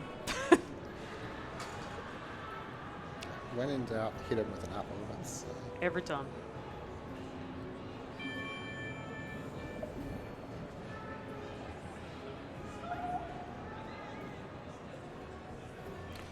in the original release of this game as well, before the DLC, there'd be kind of, in the levels where there were the flowers that you had to take pictures of, there'd also be, or sometimes be, a hidden Pokemon somewhere that would already be glowing with the Illumina effect, which is what the professor's interested in, that you could take a photo of, and you would still unlock the Illumina orbs. This is one of those levels. There's a Frillish hiding in a cave somewhere that we used to take a picture of, so that we didn't have to register a picture of the flower and an additional Pokemon for points. But for whatever reason, when the DLC was released in version 2. Whatever it is now, they patched that out. It's really hard to know why. I quite liked it as a game design thing, but I guess they didn't, so it doesn't work anymore. We randomly have an Octillery. Okay. Yeah, so this is the one that Crunchy mentioned before. Could be Octillery, could be Pukumuku. Either way, get to watch a Wailmer bully it. Off it goes.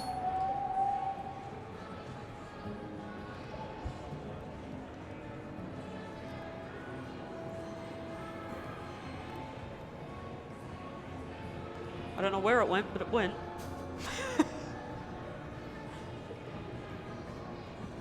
That is only the second time I've ever seen Octillery there. Oh, really? Yeah, I always get Pyukimuku there.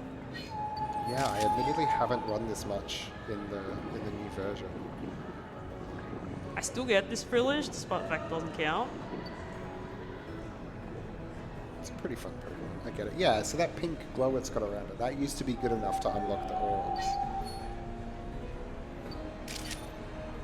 It's a better photo if she spins.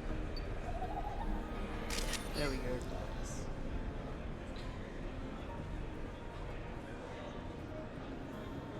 That took me ages when the game first released to find out how to get the flower to unlock, and now I know.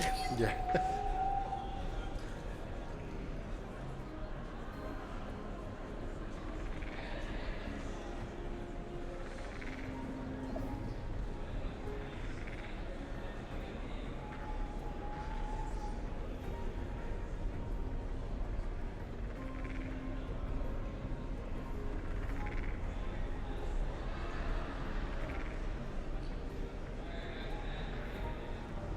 We scan these guys to make them do a little dance as well.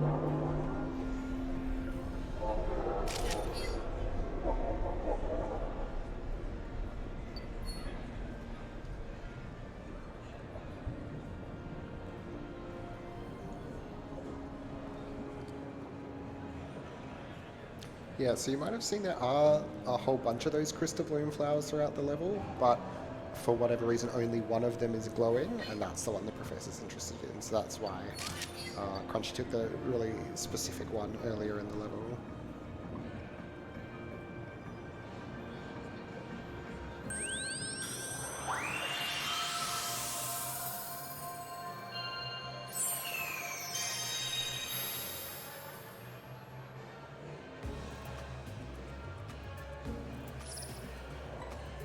This level is relatively easy, I think. Yeah, it's pretty safe. You don't have to freak out about whether or not you're taking too many. Because we need to get to the next level anyway.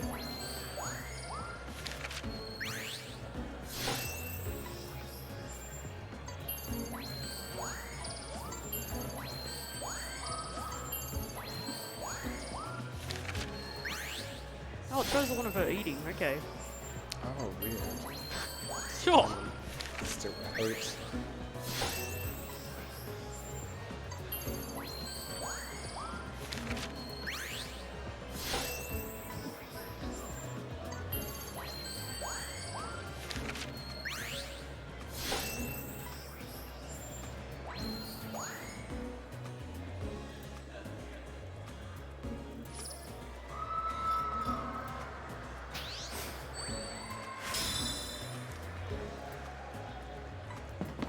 Now he'll give us the glowing orb.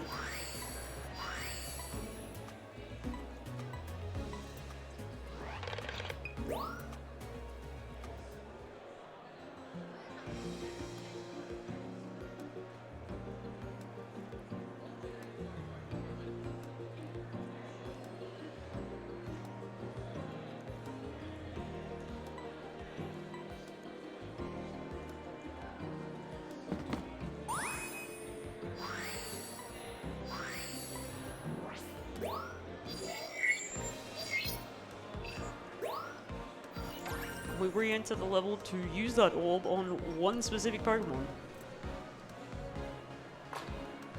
That's not for a while, so if you have anything you need to read out, go for it.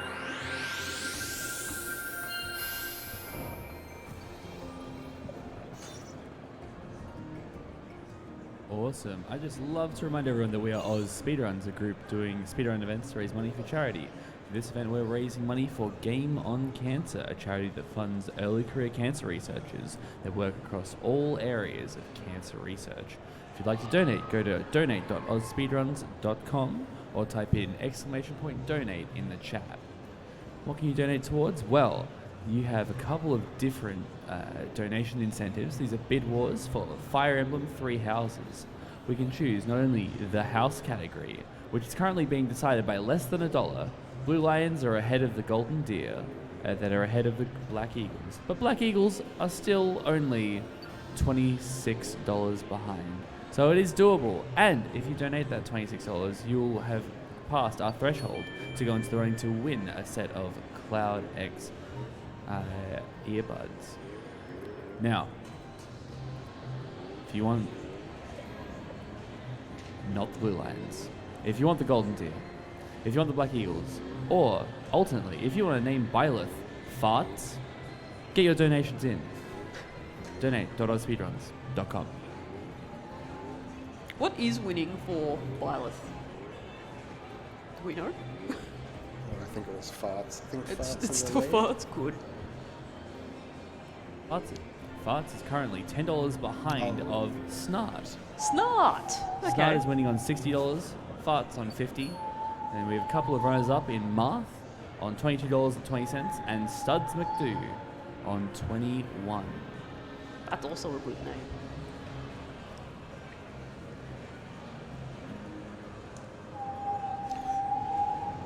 So we're just about to come up on a couple of Chloritza, that's what they're called, right? A couple of Chloritza Pokemon. I'll believe you. Yeah. So part of this puzzle is getting them to show up earlier in the level so that one of them can break open a boulder that's blocking the secret path. This is another one that took us quite a while to figure out. We knew that going all the way to the end of the level, the next time you go in it, one would be at the start. But what we've figured out is what you actually need to do is just wait for one of these two Chloritza to win the fight. Come on. So they're going to shoot at each other and have a bit of a fight. If you just wait it out, one of them wins eventually. But if you hit one of them with these glowing orbs, it gets these There we super go. powered like that. And so it charges up, it wins the fight sooner, which saves us time. And now that he's started swimming off towards the start of the level, we can just get out. Make the professor sad because we've not taken any photos. He's so upset. But now that Chloritza was defeated, it swam off to the start of the level. And it's going to be there to help us in the next bit.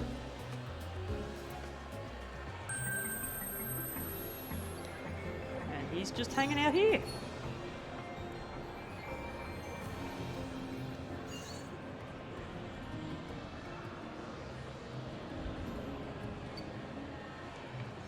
Come on. You can do it. There we go.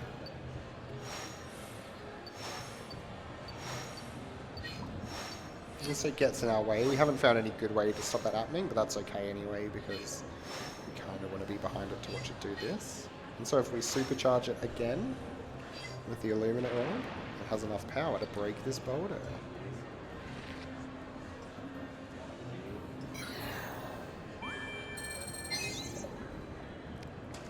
And now we go well and truly under the sea.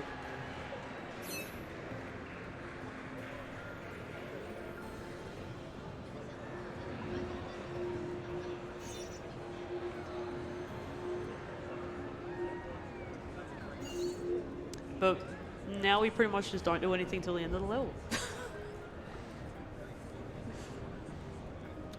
Fortunately, the middle of the run is a lot of downtime. Get those donations in so we have more to talk about. Awesome. Speaking of donations, we have $5 from Feldman across the hall who says, Hey. good luck on the Pokemons.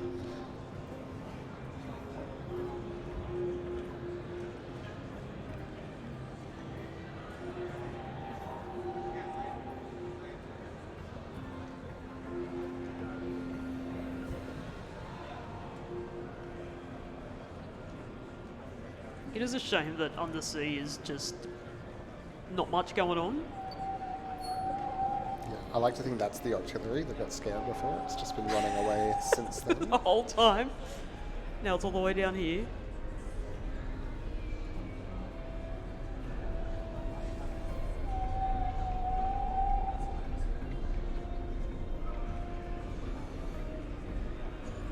The only thing I have to do in this level was move the camera just then.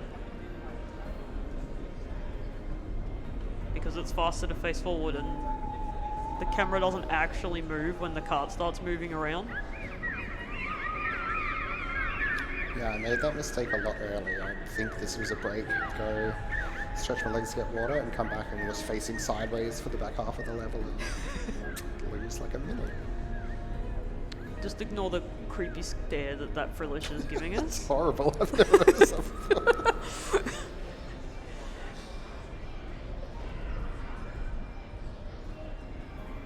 If you turn around there, one actually has I think a mantine and like a grip. Nice. It's terrifying. No, it's a lantern that it's holding.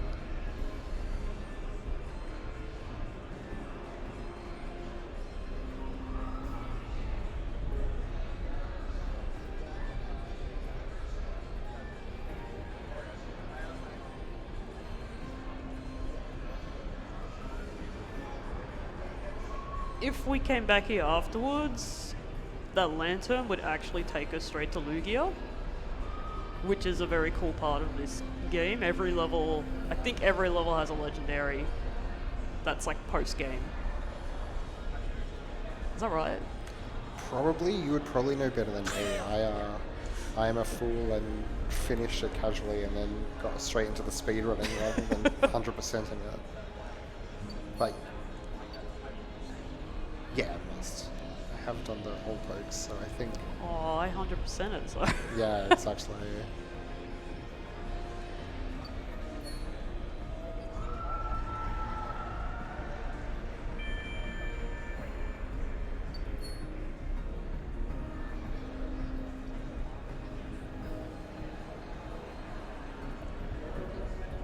There's just a bunch of Pokemon hanging out bottom of the ocean down here. Not doing much.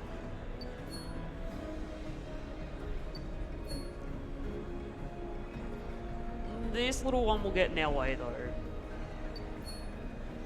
Just cause she can, I guess. Yeah, she insists on kind of stopping you, checking you've got your tickets to get through, and then escorting you through to the exit. This is another one that we spent a lot of time trying to figure out how to prevent this from happening, because it's quite a long halt in the scheme of things in this game. But it's pretty frustrating having to go through the whole level just to figure out if we can do anything here, and then also no one's had any luck. So if you feel like being a legend in this community of about 30 people, figure out a way to skip that. It'll be forever in your debt.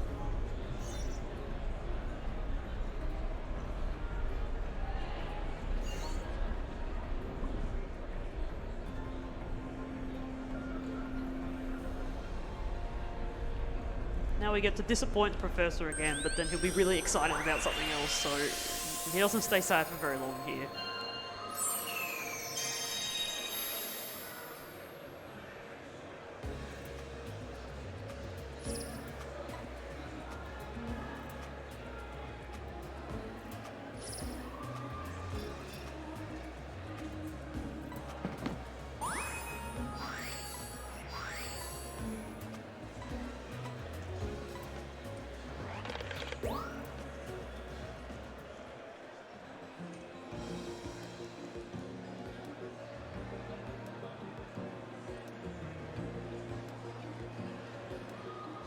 Yeah, it occurs to me this is quite an odd speedrun for people who haven't seen it before, because it looks like we're not doing much, but the maximizing the not much that we do is the speedrun. It's all about taking photos quickly and then snapping back to normal, which takes a lot more practice than it looks like. It's deceptively tricky in a lot of spots. Min-maxing the speedrun. Exactly. So this is going to be another level where Crunchy has to very intensely concentrate on the Illumina puzzle for about 20 seconds, and then do nothing for 5 minutes. Oh, my aim is terrible. Oh, okay. It takes a little bit. Yeah, this is a shocker. So all these little wishy... I think this is my favorite Illumina Pokemon. I really like the design of this. So anyone who's played Pokemon with Wishy-Washy in it knows that there's the individual form and the school form. There's one. And if we hit 4 of these with the orbs... Well, this one's much closer than I anticipated. Yeah, depth perception is really difficult in this level, and also they move around. This one especially is just really putting me to shame. Look at that. You'd think wishy-washy are like really small, so you'd think they're really far away, Yeah. but this one is. There we go. That's number 4.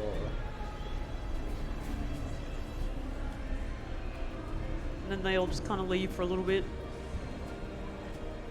And you wonder, oh, where are they all going?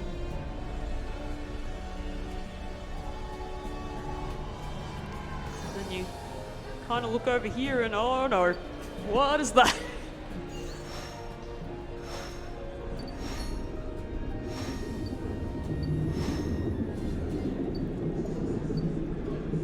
Turn around, please. I mean, that'll do, but Oh, I don't know if it will. I don't think you had the special glowy. special glow? Oh no, okay. It's pretty forgiving though because you're not moving anyway. Oh no. There you go. Yeah, special glowy, there we go. Good shot. Great photo too. Thank you. Now, we just sit here for about 6 minutes if you have anything. I'll take a quick break as well. Yep. Alright, we have a $25 donation from Aether, who says, "Let's go deer gang, yellow deer 3 houses challenge." And with that $25, that puts the golden deer in first place with $131. The blue lions are following behind on 116, and the black eagles are behind on 90. If you want to donate, go to donate.ausspeedruns.com or type !donate in the chat.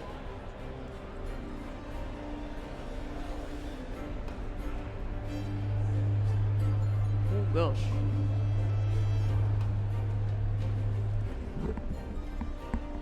Screw that there. If you try to hit these wishy-washy again, the car will stop. So there's no point in hitting them. You just have to wait out this level.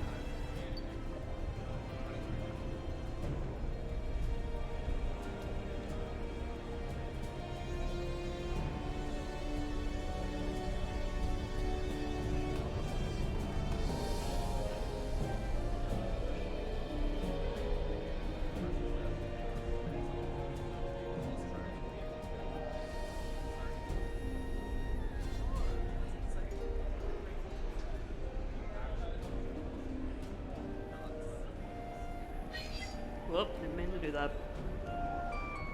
Or that. We just have to sit here, wait for the end of the level. There's nothing else we can do. If you guys want to donate towards 3 houses, absolutely. I mentioned earlier that my favorite is Black Eagles, but that's not the one that's winning.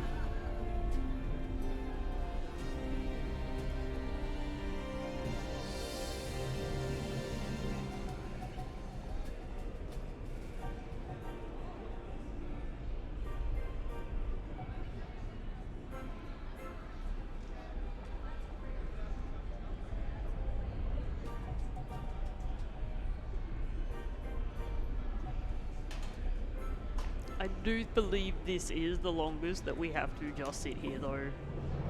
And it's also the last level where we just have to sit here and doing absolutely nothing.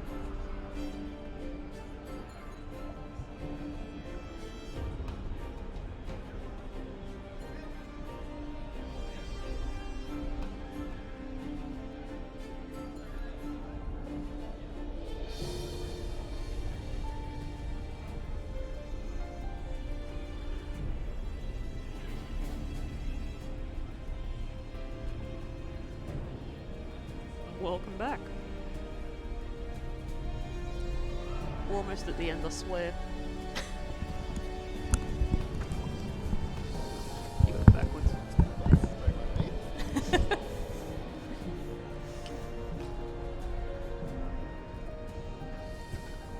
Well, I think we're almost at the end.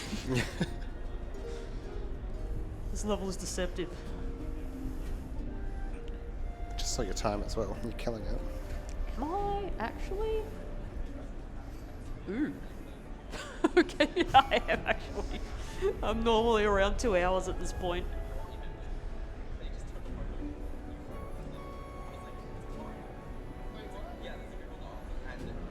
I Okay, now we're almost at the end of the level. I saw the little end thing spawn. There it is. That 0.1 second time loss for not facing forward. Yeah. Putting on a show. I set off the flute earlier. So. It's a good way to pass time, actually.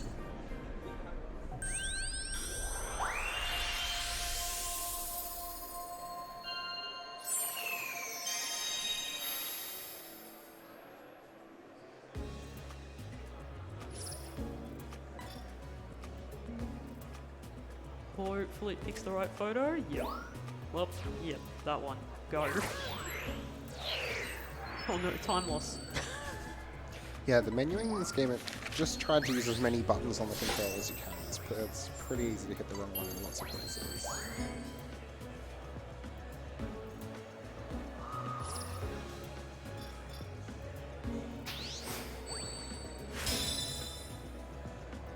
Tell you what, leveling up Illumina spots after level 2 is so frustrating. Yeah, especially the first one, the park one took me forever.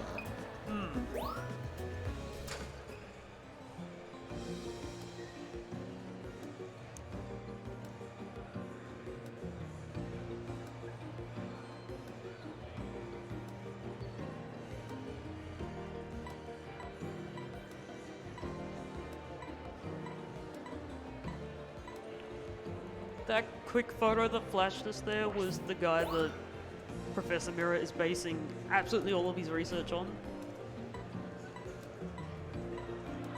For some reason there's a great photo of him, but not a great photo of any of the Illumina Pokemon.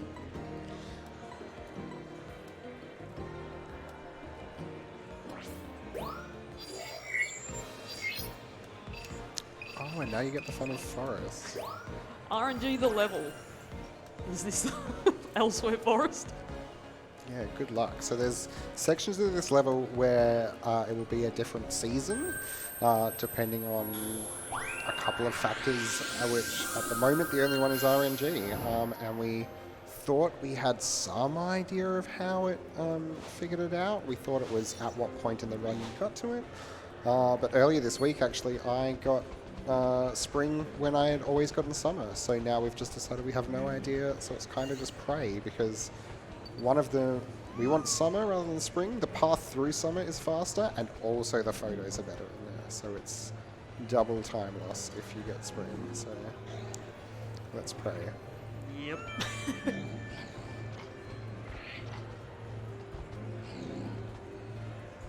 When you re-enter later in the game, you can actually go down the path on the right.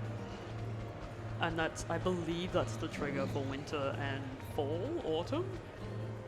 I don't 100% know. Yeah, I couldn't figure it out when I was playing casually, but I'm a bit silly sometimes, so it doesn't mean much if I can't figure it out. And we got spring. Right. Good luck. Right, this is... Yep. Can I pop you? No, leaving. Okay. Where is this Bulbasaur? Somewhere. It's gone. I have no chance now. Oh, it's not. There it is.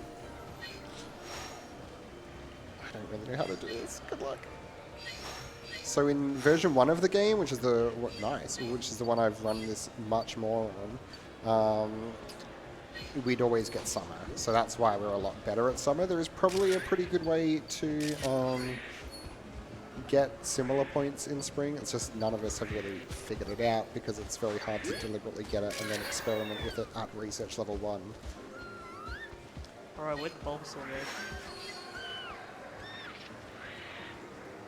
go? Uh-oh. No, I think is it just around this corner? Does it show up with the dealing at the end?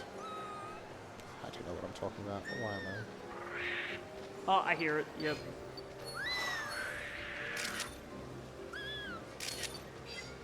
That'll do. Yeah, that's gotta be good. Fingers crossed. A nice thing in theory about this level is there's lots of good backup Pokemon in the final area if you get unlucky and get spring. Now we're back in the fog.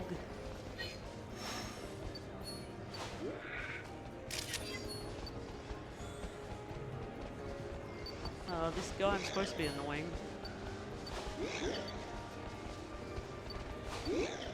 Come on.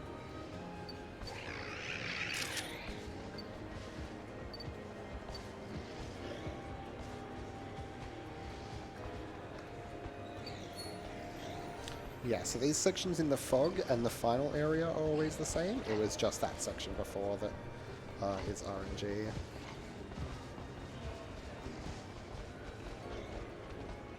And when you are only missing one Pokemon from this whole forest, it is so annoying when you play casually.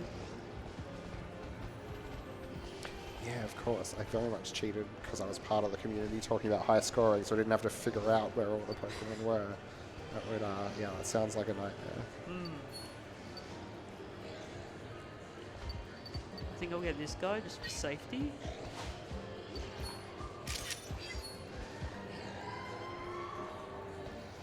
We'll lose a little time at this level just because the Spring Rout's oh, I forgot to annoy you. Go away.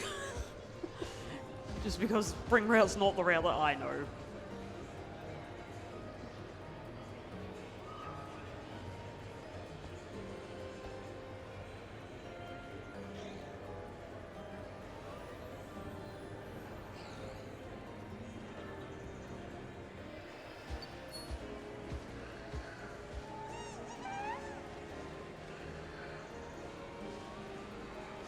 Now we get to annoy this Beware for a couple of frames.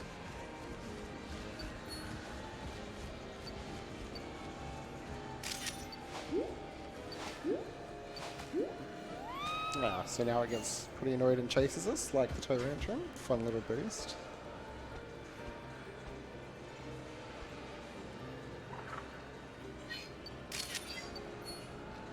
Probably didn't need to zoom in on him, but that's fine.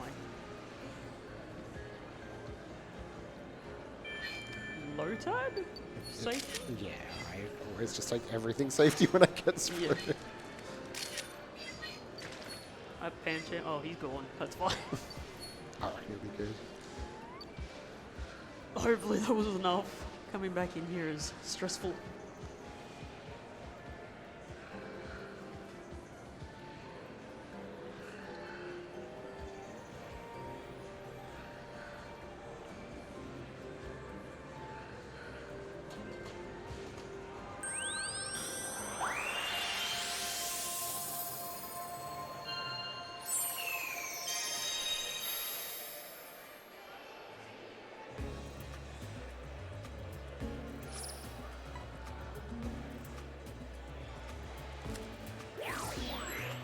Oh, I took plenty of photos. Yeah. You got this.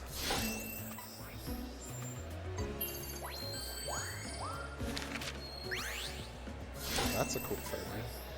I hope so. Wow, that was pretty good actually. Oh, chose this one. Okay, sure. Apparently that's Bulbasaur. no. Okay. Okay, sure game. That's Bulbasaur, I believe you game.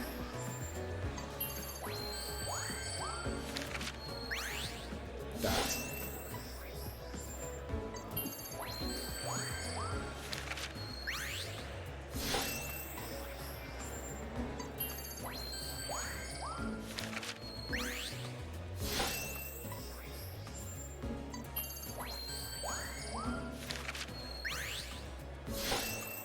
Probably didn't need to zoom in on him, but that's fine.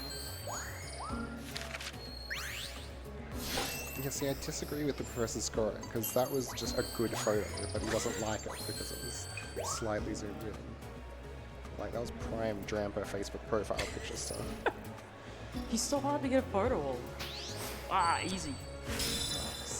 Perfect number of safeties as well. Needed them.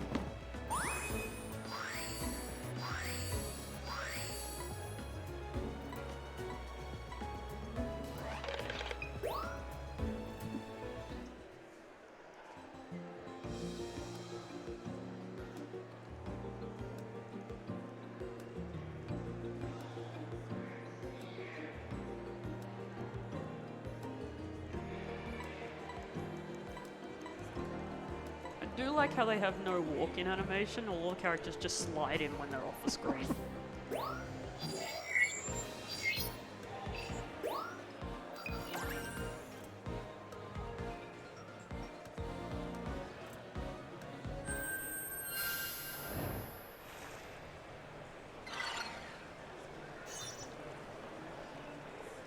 This is actually pretty good Illumina Pokemon.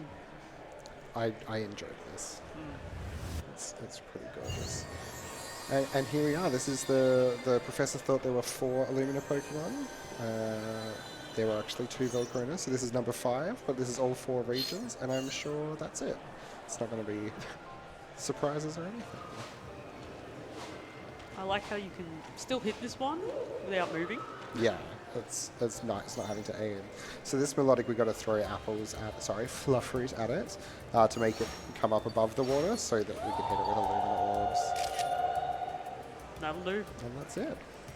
Do you have any donations or anything? Go for it.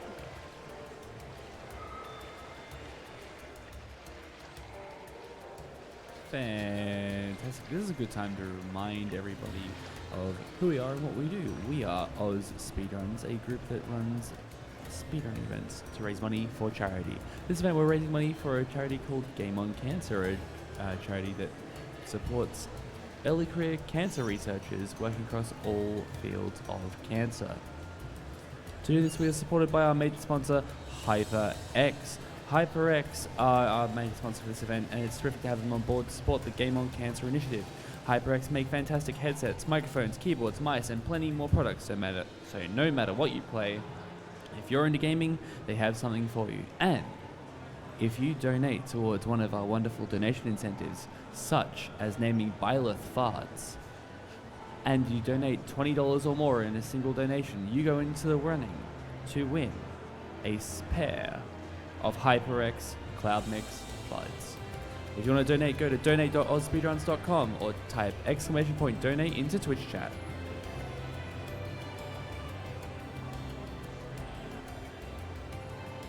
This is one of the levels where, one of the Illumina levels where if you come back, there's other Pokemon here. I believe Wishiwashi and... there's one other that doesn't have anything else in the same level. Is there anything in Volcarona too? No, that would be the other one, yeah. That's why they're so painful to get to level 3, because there's nothing else there for you to take a photo of other than those.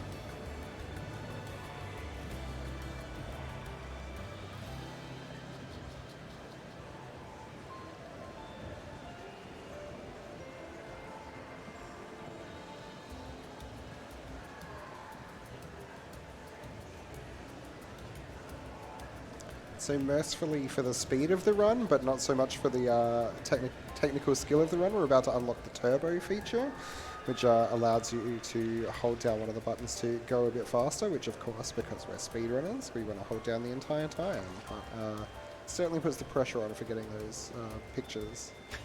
Well, we're supposed to hold it down the entire time. Yes, it is much better to play it safe and let go for a couple of seconds than to have to re-enter a level. And, Yep. you know, again, that 2 seconds versus 40 seconds time loss. Especially when we come into the snow level, which is just an awful level.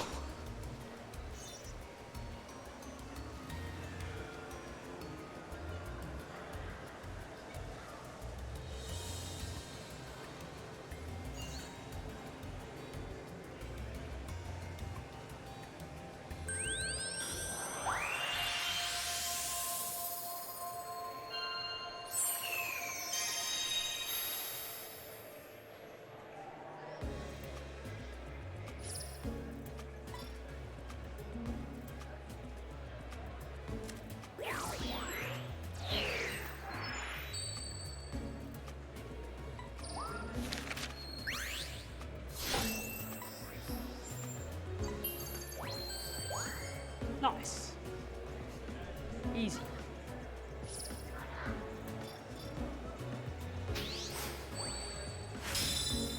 Actually, snow is the next level, right? It is. Oh, great. Good luck. Well, it's Snow Day. It's a good soft Snow interval. day is easy. Yeah, snow night is awful.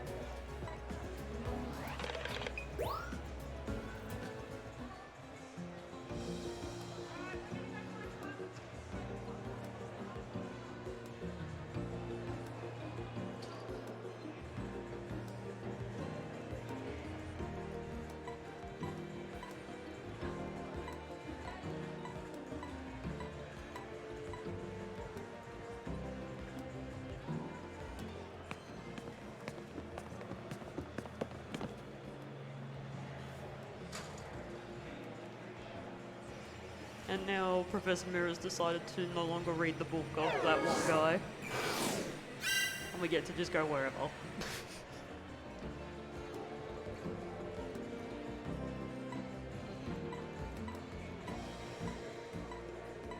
You just notice there's more Pokemon you could hit with fruit. That's all he wants. Just more and more Pokemon annoyed at you. Pictures of. Get it done. So we get to see some great Tokyo drifting as well. How's your drifting in this level? God. This is one of the few levels where we can go slightly to the left or slightly to the right to actually completely avoid bumping into Pokemon. The first one's fine, the second one is terrible. Yeah. It's the correct answer. The second one's awful.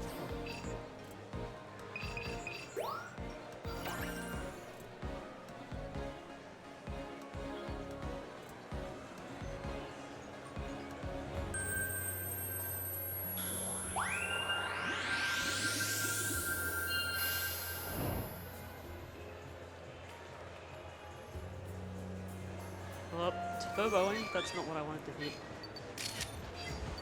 We'll get our Furret, first and foremost. I'm gonna like panic and just forget what I have to take photos of. You got this.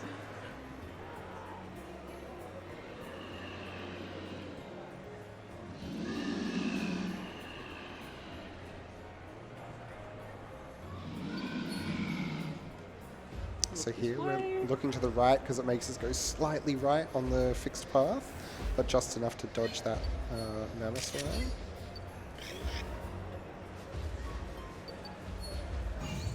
And again, Hello, left everyone. to go around the other one. Hopefully that was enough.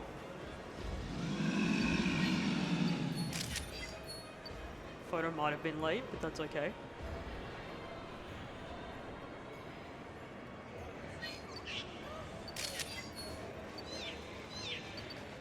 Nope, got caught. Oh, dirt. Oh well. Yeah, I think they also are often, that's a little bit RNG how far up the hill they are when they fall over, so it's a bit of a shocker.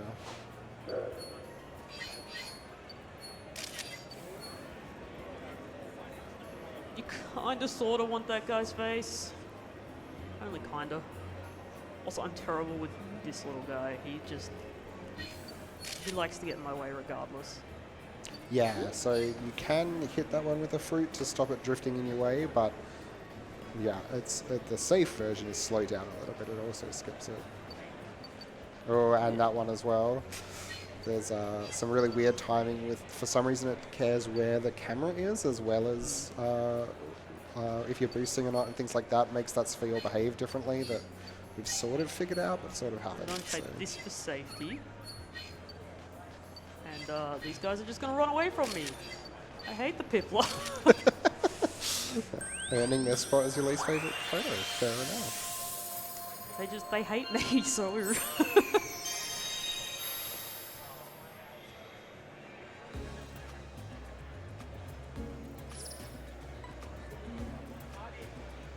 see which one it chose. The one from the back, of course it did.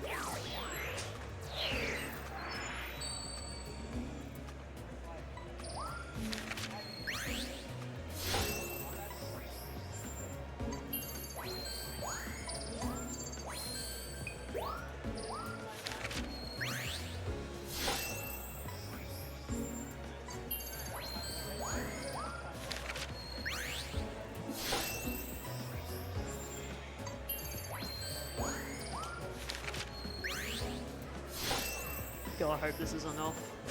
Oh, you'll be fine. I think it's 9 Pokemon. Oh, whatever.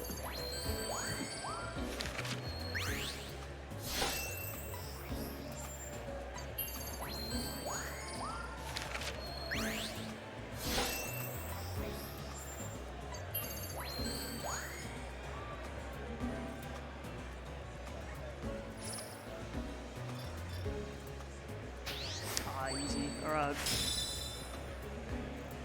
Now we get to do the hell level.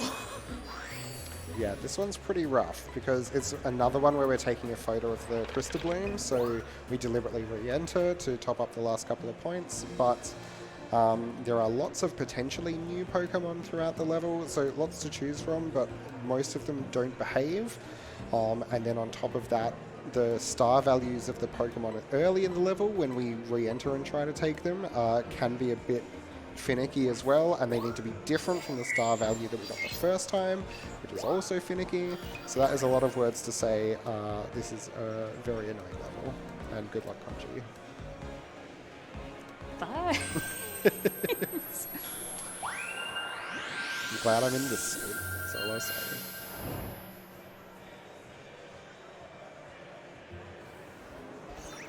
These guys will just get in their way a little bit.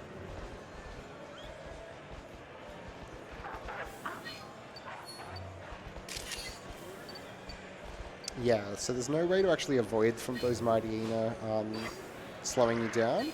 So it means we can take a bit of time taking some of these, nice bounce shot, Wow. taking some of these pictures. Because, you know, we got here just in time anyway. Amazing snow run, by the way. Thank you. It's the best one I've ever taken of those guys. They are so annoying. I don't actually know if I need to take a photo of him, I just know I need to bop him.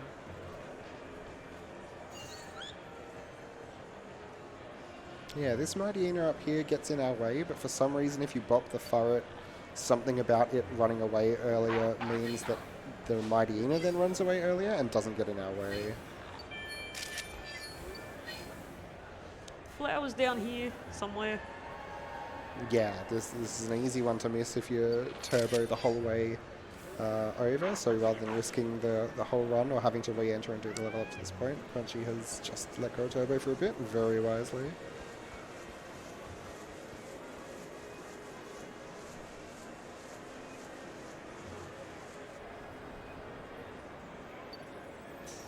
I'm thinking about this Delibird. I'm not sure on it yet.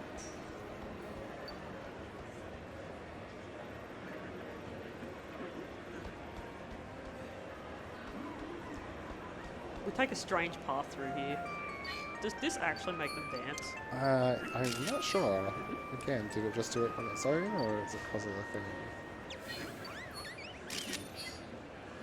Lovely. Now this is a pretty hectic bit as well, but those Piplup get in our way, so we can just kind of do what we want anyway. We can slow down to make it happen. I can't aim this to save my life. And so there is a skip up here. If you bop those spheres a bit early, they get out of the way, which makes a Bomber Snow not stop. But there's that horrible branch that you saw Crunchy hitting instead that gets in the way, so it's a bit of a mess trying to get it. Breathe for me. Or not, it's fine. He did it afterwards. I'm not sure if I needed that Vulpix. No, you'll be fine. I'll be fine. Believe.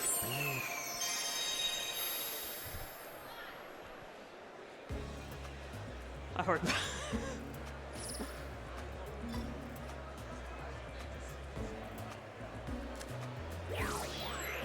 Oh, I got a no subject photo. I have no idea what that was.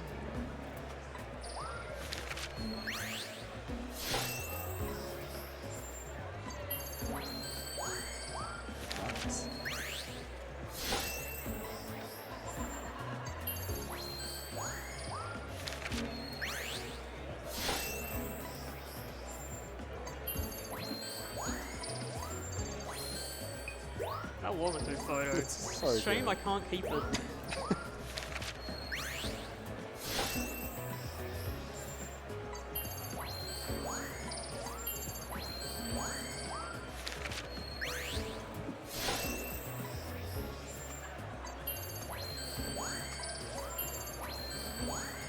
Two-star, okay.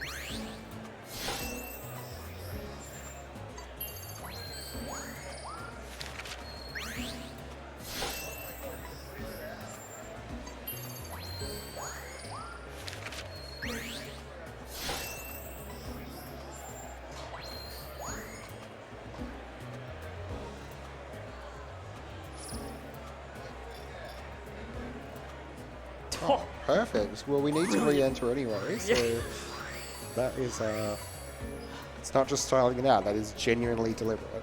It's very nicely done. I was so scared of that. Like, uh-oh. Nope.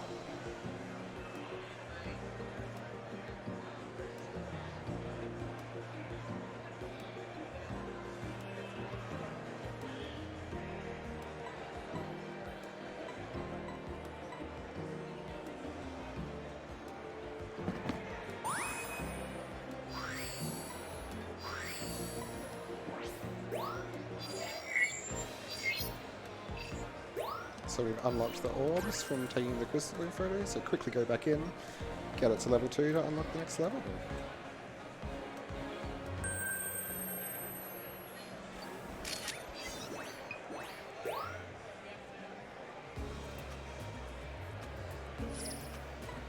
I hope I caught that before he got surprised. I did not. No, I think you might, because it was a 1-star in the day, which is why. it Oh, wasn't okay, right, exclamation right, mark. right, I think you could. Yeah. Alright. Yeah, so that piplup at the start is one of those ones I was talking about. It gets surprised by the Mighty Eno at some point, and that changes it to a 2-star, which could totally interrupt the Yep. what we're trying to do. And it's not particularly obvious the threshold where it's between 1 and 2-star.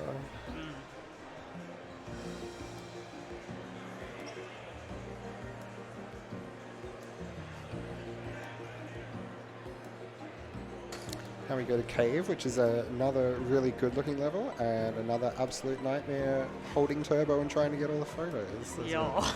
a section where we kind of descend through a hole in the cave that has, 5 or 6 photos we have to take in about 10 seconds. So again, good luck Thanks. watching from here.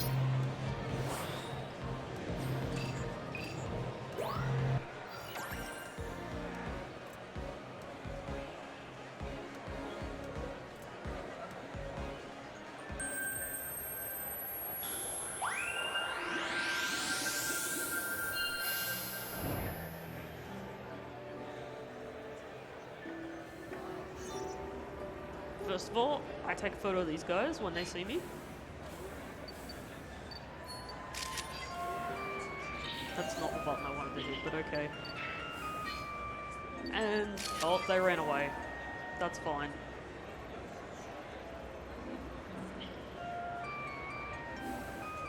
Uh-oh. I'm a little turned around. He's Wait, gone. Whoa. Where'd he go? I have never seen. So usually there's a Gengar sticking out of a little portal there that we play the flute to summon him. I have no idea what happened there. He's just gone. That's alright, we'll do some backups.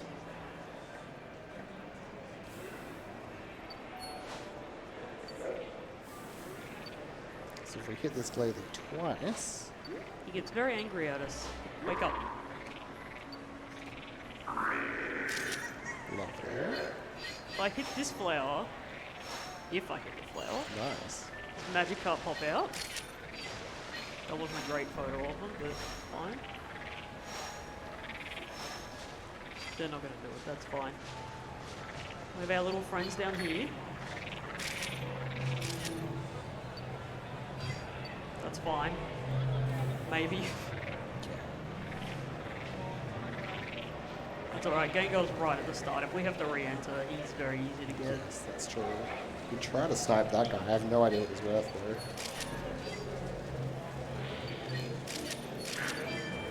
Off he goes. This guy, I have missed. And these guys, I have missed.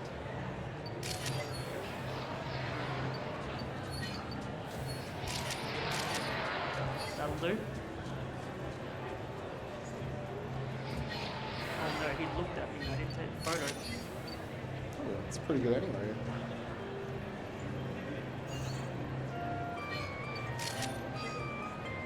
Maybe that'll work for him. Yeah. It's another fun thing to add to the notes. Hope Gengar appears at the start.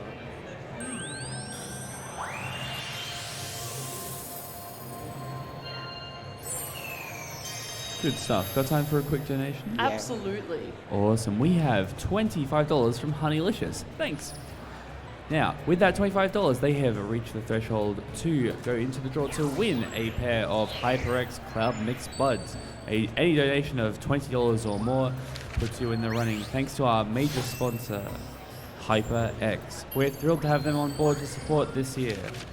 Cure Cancer and the Gaming Cancer Initiative are doing amazing work, and it's great to have that work supported by HyperX. They believe that everyone can achieve their best with the gaming spirit and are proud to put theirs to work in supporting such a great cause as Game on Cancer.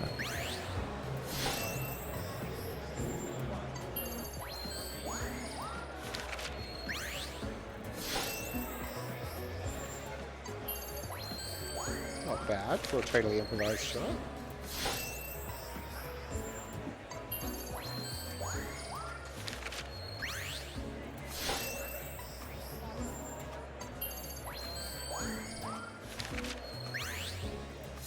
Yeah, keep those donations coming, guys. We've got maybe 1 or 2 more levels with about a minute or 2 break in them. So if you want to hear your name read out, get into it.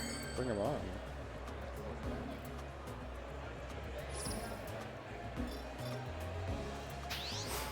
Perfect.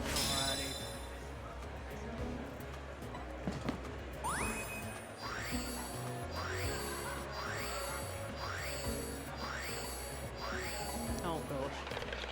We can just hit retry and go level 2.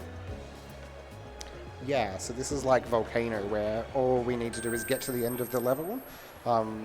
Research level 2 automatically takes us on the second path. So to hold down turbo and wait it out. That's the whole level, just turbo it out.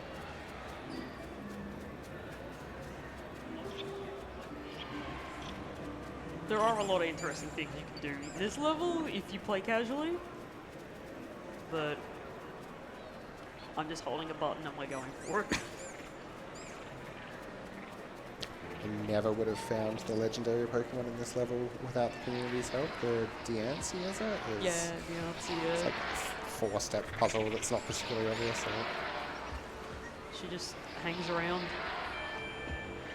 Through orbs at this person, this one, this one, this one. Exact order, and you get it.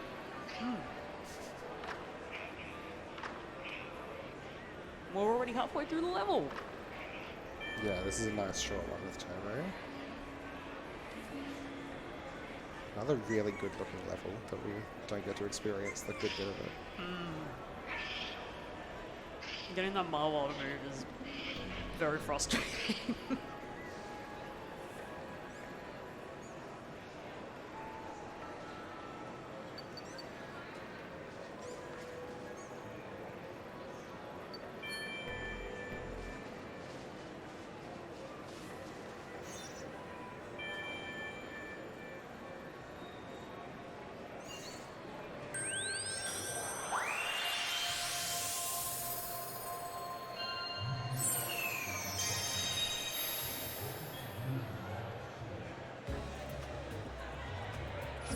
Now the professor's sad again, but he'll be right.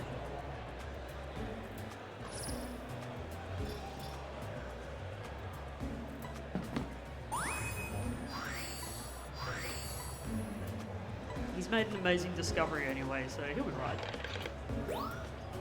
Yeah, he flips his mood on a dime, really.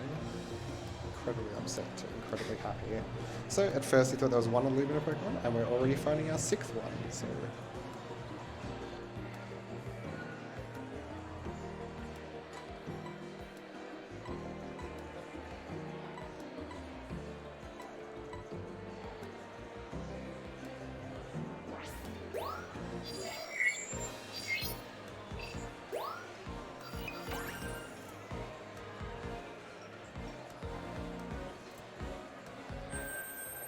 This level's kind of creepy though.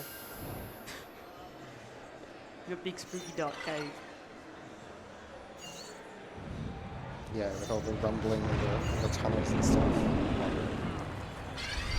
So this is one that casually, if you're playing it, there's kind of a little puzzle where you figure out which hole in the wall Steelix is hiding in, and you can throw fruit into it and bring it out. But luckily for us in the speedrun, he just pops his little face out at the end, even if you do nothing. So we can just hold turbo and get to the end and get the photo there.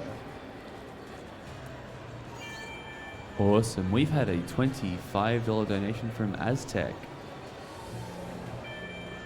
Make sure that when you're donating, you go to donate.ausspeedruns.com and look at our wonderful donation incentives.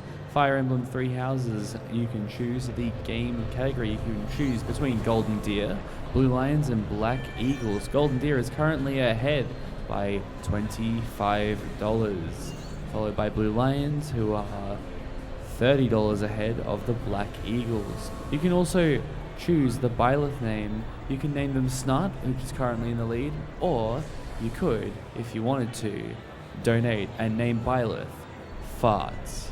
That's donate.ausspeedruns.com.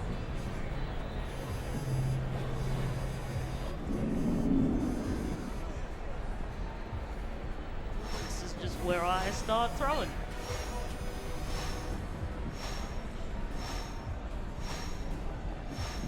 This is a great place to accidentally throw the speedrun as well, because we're doing this so close to the exit point of the level. If you hold down turbo this whole time and you try to do this without letting go, you can very easily not hit it with enough orbs or get the photo in before you get to the end of the level.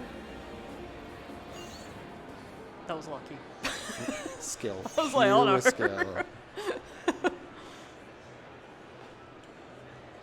And now we have to sit through a cutscene because the professor has noticed something while we were looking in the opposite direction. Sending, again, I can't stress it enough, a literal child into some random depths that he wants to explore.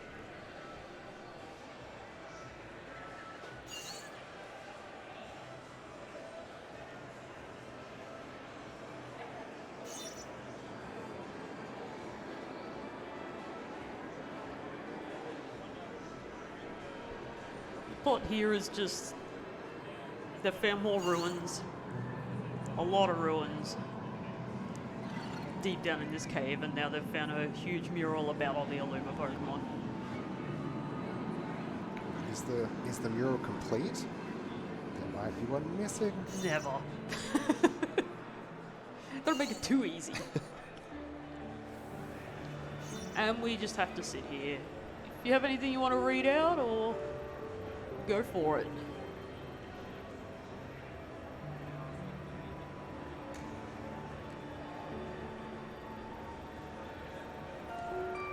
Well, didn't mean to do that. Oh well. You can just listen to the poker flute. Awesome. We've had a $30 donation from Tofu Boy, who says, "Keep up the great work, everyone. Donation goes to the Blue Lions, which puts them back in the lead."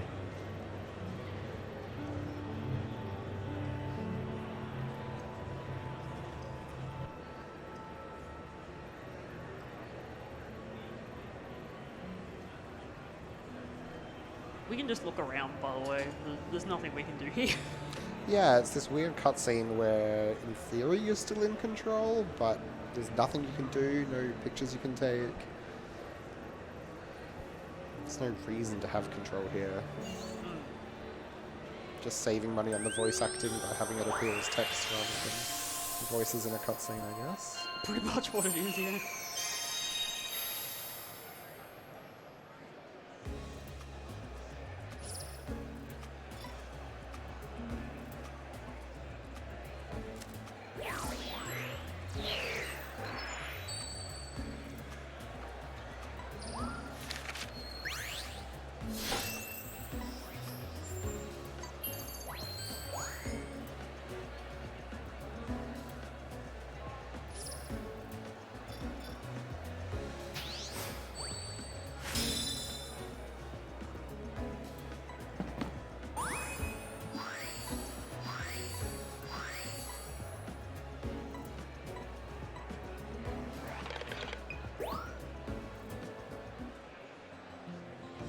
So having found the mural, the professors realise there's something more going on and there must be another mysterious location.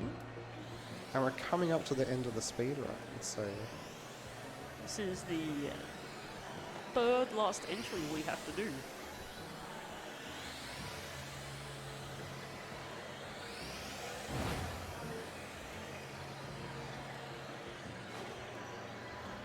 And he's more excited than any of the other characters. But he won't go in himself, he'll send photographers.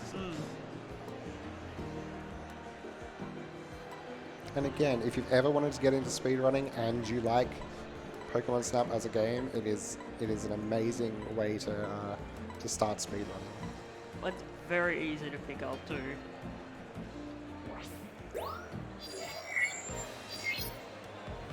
And probably lots to be discovered still. You know, it's a pretty small community, so everything we've figured out has just been brute force. Someone tried something or accidentally came across something, so with more people in it, I'm sure there's still lots to find in this game.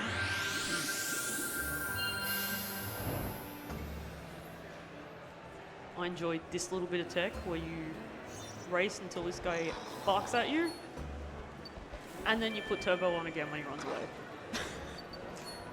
Yeah, it's almost like some of these levels feels like they knew you were going to speedrun them, and the levels where there's not lots to do, they put not many photos to take, they put in lots of things where you have to drift around Pokemon and stuff. It's good. I'm making sure I got that photo. Yeah. That's another run-killing flower that just doesn't register as a Crystal Bloom sometimes. We're looking this way to avoid Pokemon blocking us. And now we just go to the end of the level. Yeah, so we needed that picture of the Crystal Bloom to unlock those Illumina orbs. And then once we have them, we come back into this level and do a fun little flower puzzle.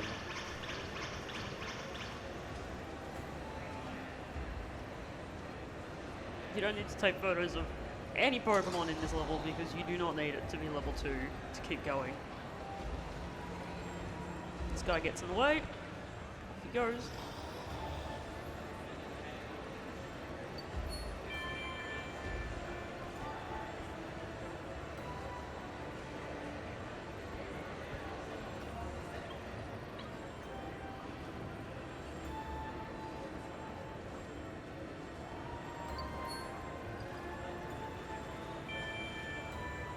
This one also sometimes gets in my way. Not yeah, today. I've had some rotten luck with that one lately.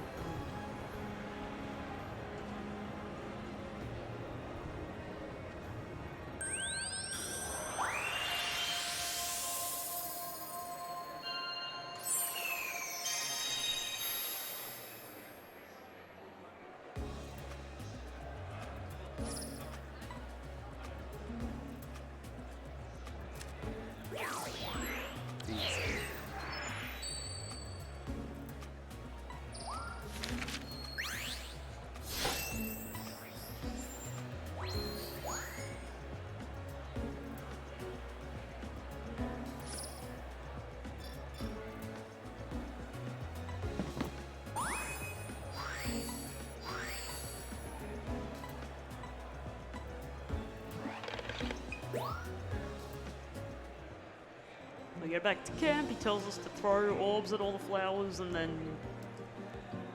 we get to finish the game after that.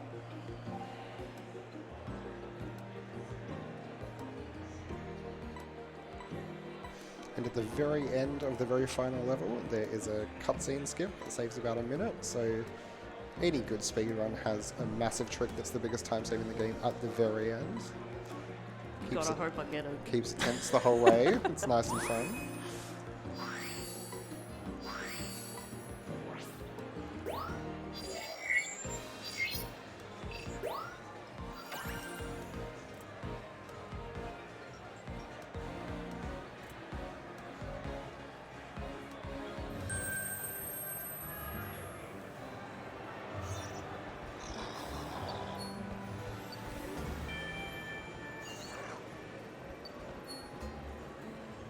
Off we go into the ruins.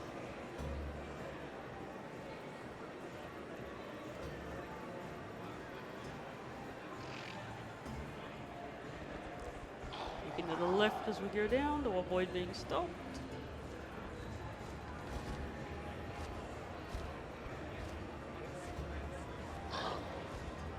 And as we come into this room, we learn how bad I am at aiming.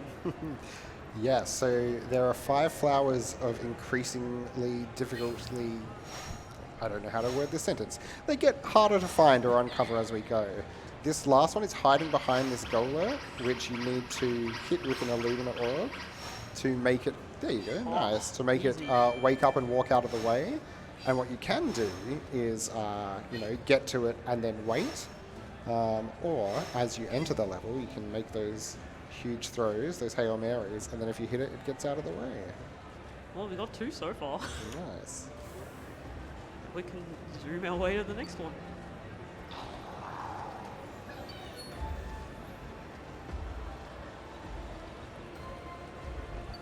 Oh, thank you. Trying to get these guys out of the way. Yeah, yet again, we need to move them out of the way, and that Houndoom stops us. So it gives us a nice chance to get them out of the way early. This one's hiding there. It took me about 4 entries to find on my casual playthrough. And then this one, which is usually annoying, is nice and out in the open. Well, Because we already moved that guy out of the way. now we have to hit the one in the middle.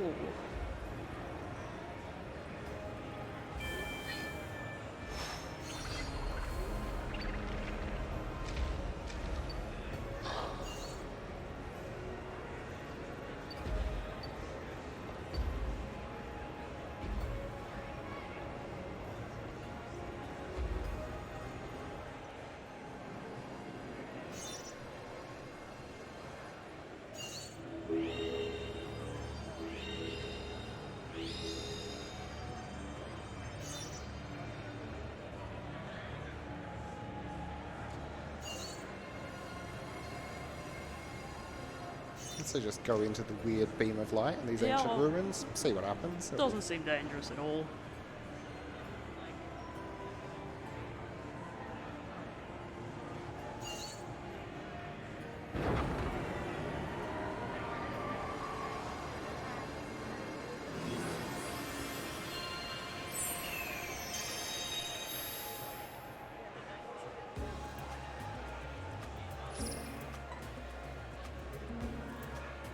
This is the last time we disappoint the professor. He's quite happy after this.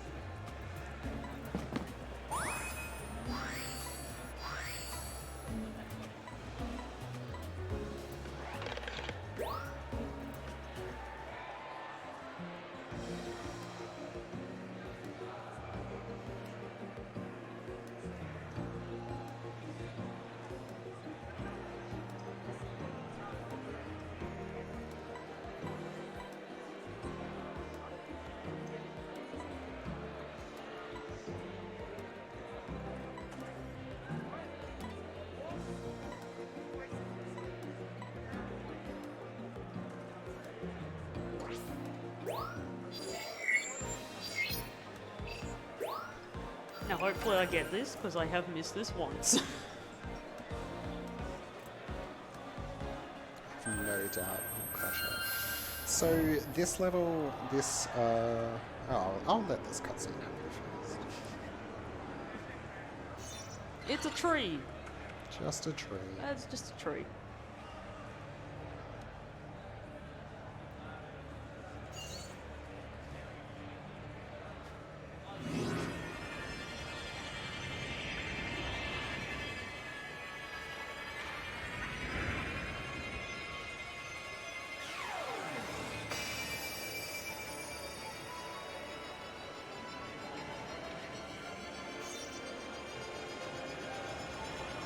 Jokes, it's not just a tree.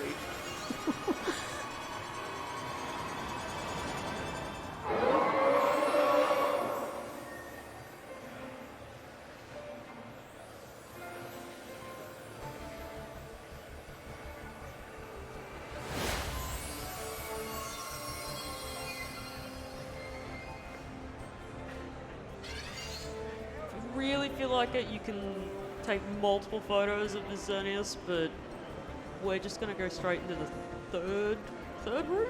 Yeah. Yeah. So for the longest time, what we were doing here, just like any other Illumina Pokemon, we assumed that we had to solve whatever the puzzle is, throw orbs at it to make it have the special shiny glow, take a photo, and that's all the professor will accept. And the only room where, so if we throw orbs at that other orb that the Xerneas is walking around, it turns into Xerneas briefly. The only time it actually stays in Xerneas form long enough to actually throw orbs at it is in this room. And so for the longest time we were throwing orbs into that lake, making it walk around, illuminating it and taking a picture.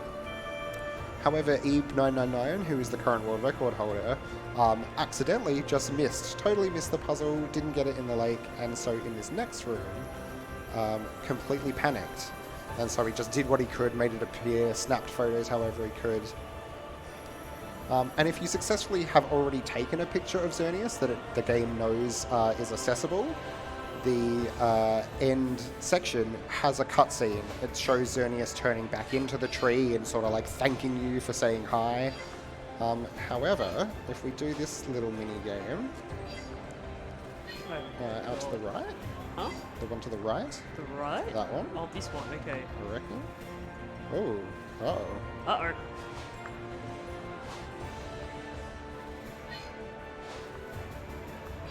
We might not get it at all. Where is it? Hello, friend? Where are you? Yeah, you're getting some weird stuff today. Friend? Uh-oh. Oh, no. It's just trolling you today. What's happening? I don't know. So, usually, Xerneas is in one of these holes. Ah, found it. How's your Hello? timing? Snap. All right, that'll do. So, I mean, this is a great way to show it off. The game thought we had already not gotten an accessible photo, so it does the, oh, bad luck. We didn't quite get what we wanted. Xerneas is already a tree back here. We just leave the level. But for some reason, there are a couple of frames there that are, even though we didn't throw it, oh no, it didn't. It's teasing you. So there are a couple of frames there where it does let you submit it even though the cutscene that happens at the end makes it look like you can't submit it. And so you skip that whole cutscene of Xerneas like bowing to you and turning back into a tree, and it saves about a minute. But as I said before, any good speedrun has a trick that is entirely missable at the very end of the speedrun, just to keep it tense. So very unlucky there. This damn horse.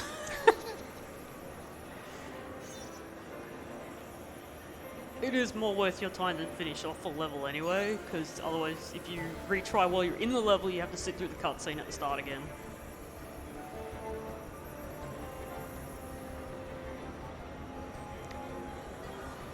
I think I should just go for it. Yeah? Yeah, Alright, this is the old school version. if I can hit it. Well, yeah, and you'll see why it was easy to miss and have to accidentally find that skip. Where are you? Come back here.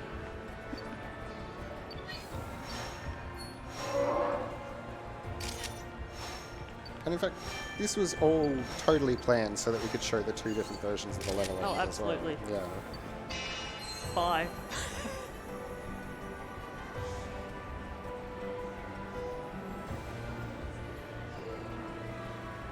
And so because the game already knows that we've taken a picture that's good enough to count as the Illumina effect, this end section will be different and we'll have the cutscene. But that's okay. Usually I get it up here.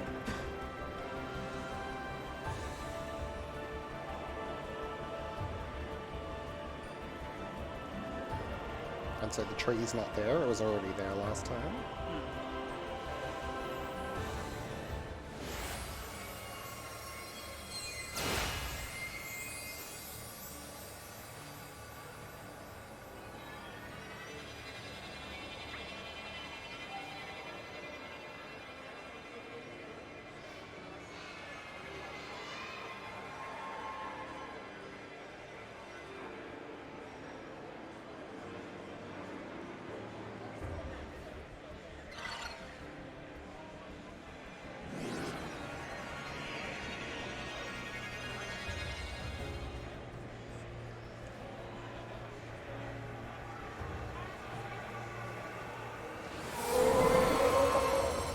And now it's tree again. woke up from being asleep for, what are they saying, 2,000 years? 2000. Just to say hi. Goes back to tree mode. Yeah. There is one cutscene after the professor looks at the photo, and then it'll be time after that.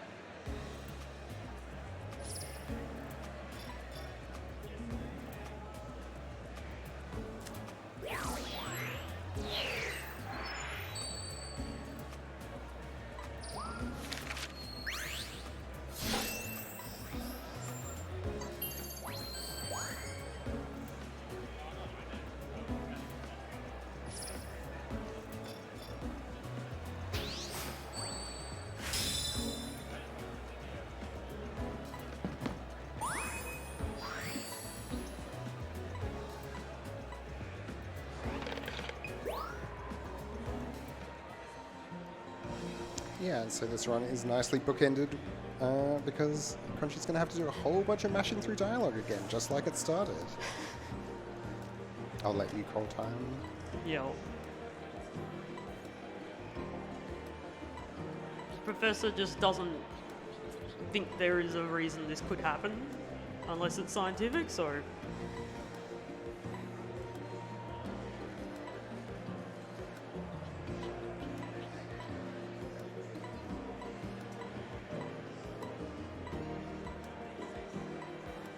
And time.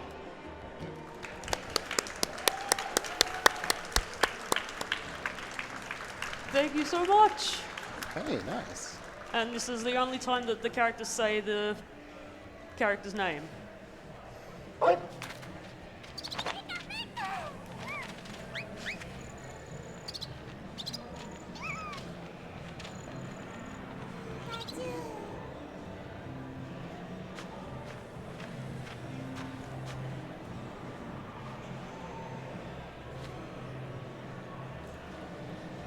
answer was love all along.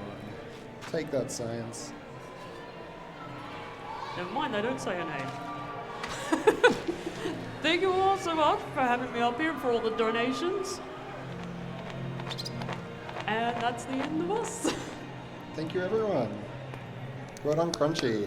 That's a PB, I think, isn't it, as well? Oh, 248.35. Well done.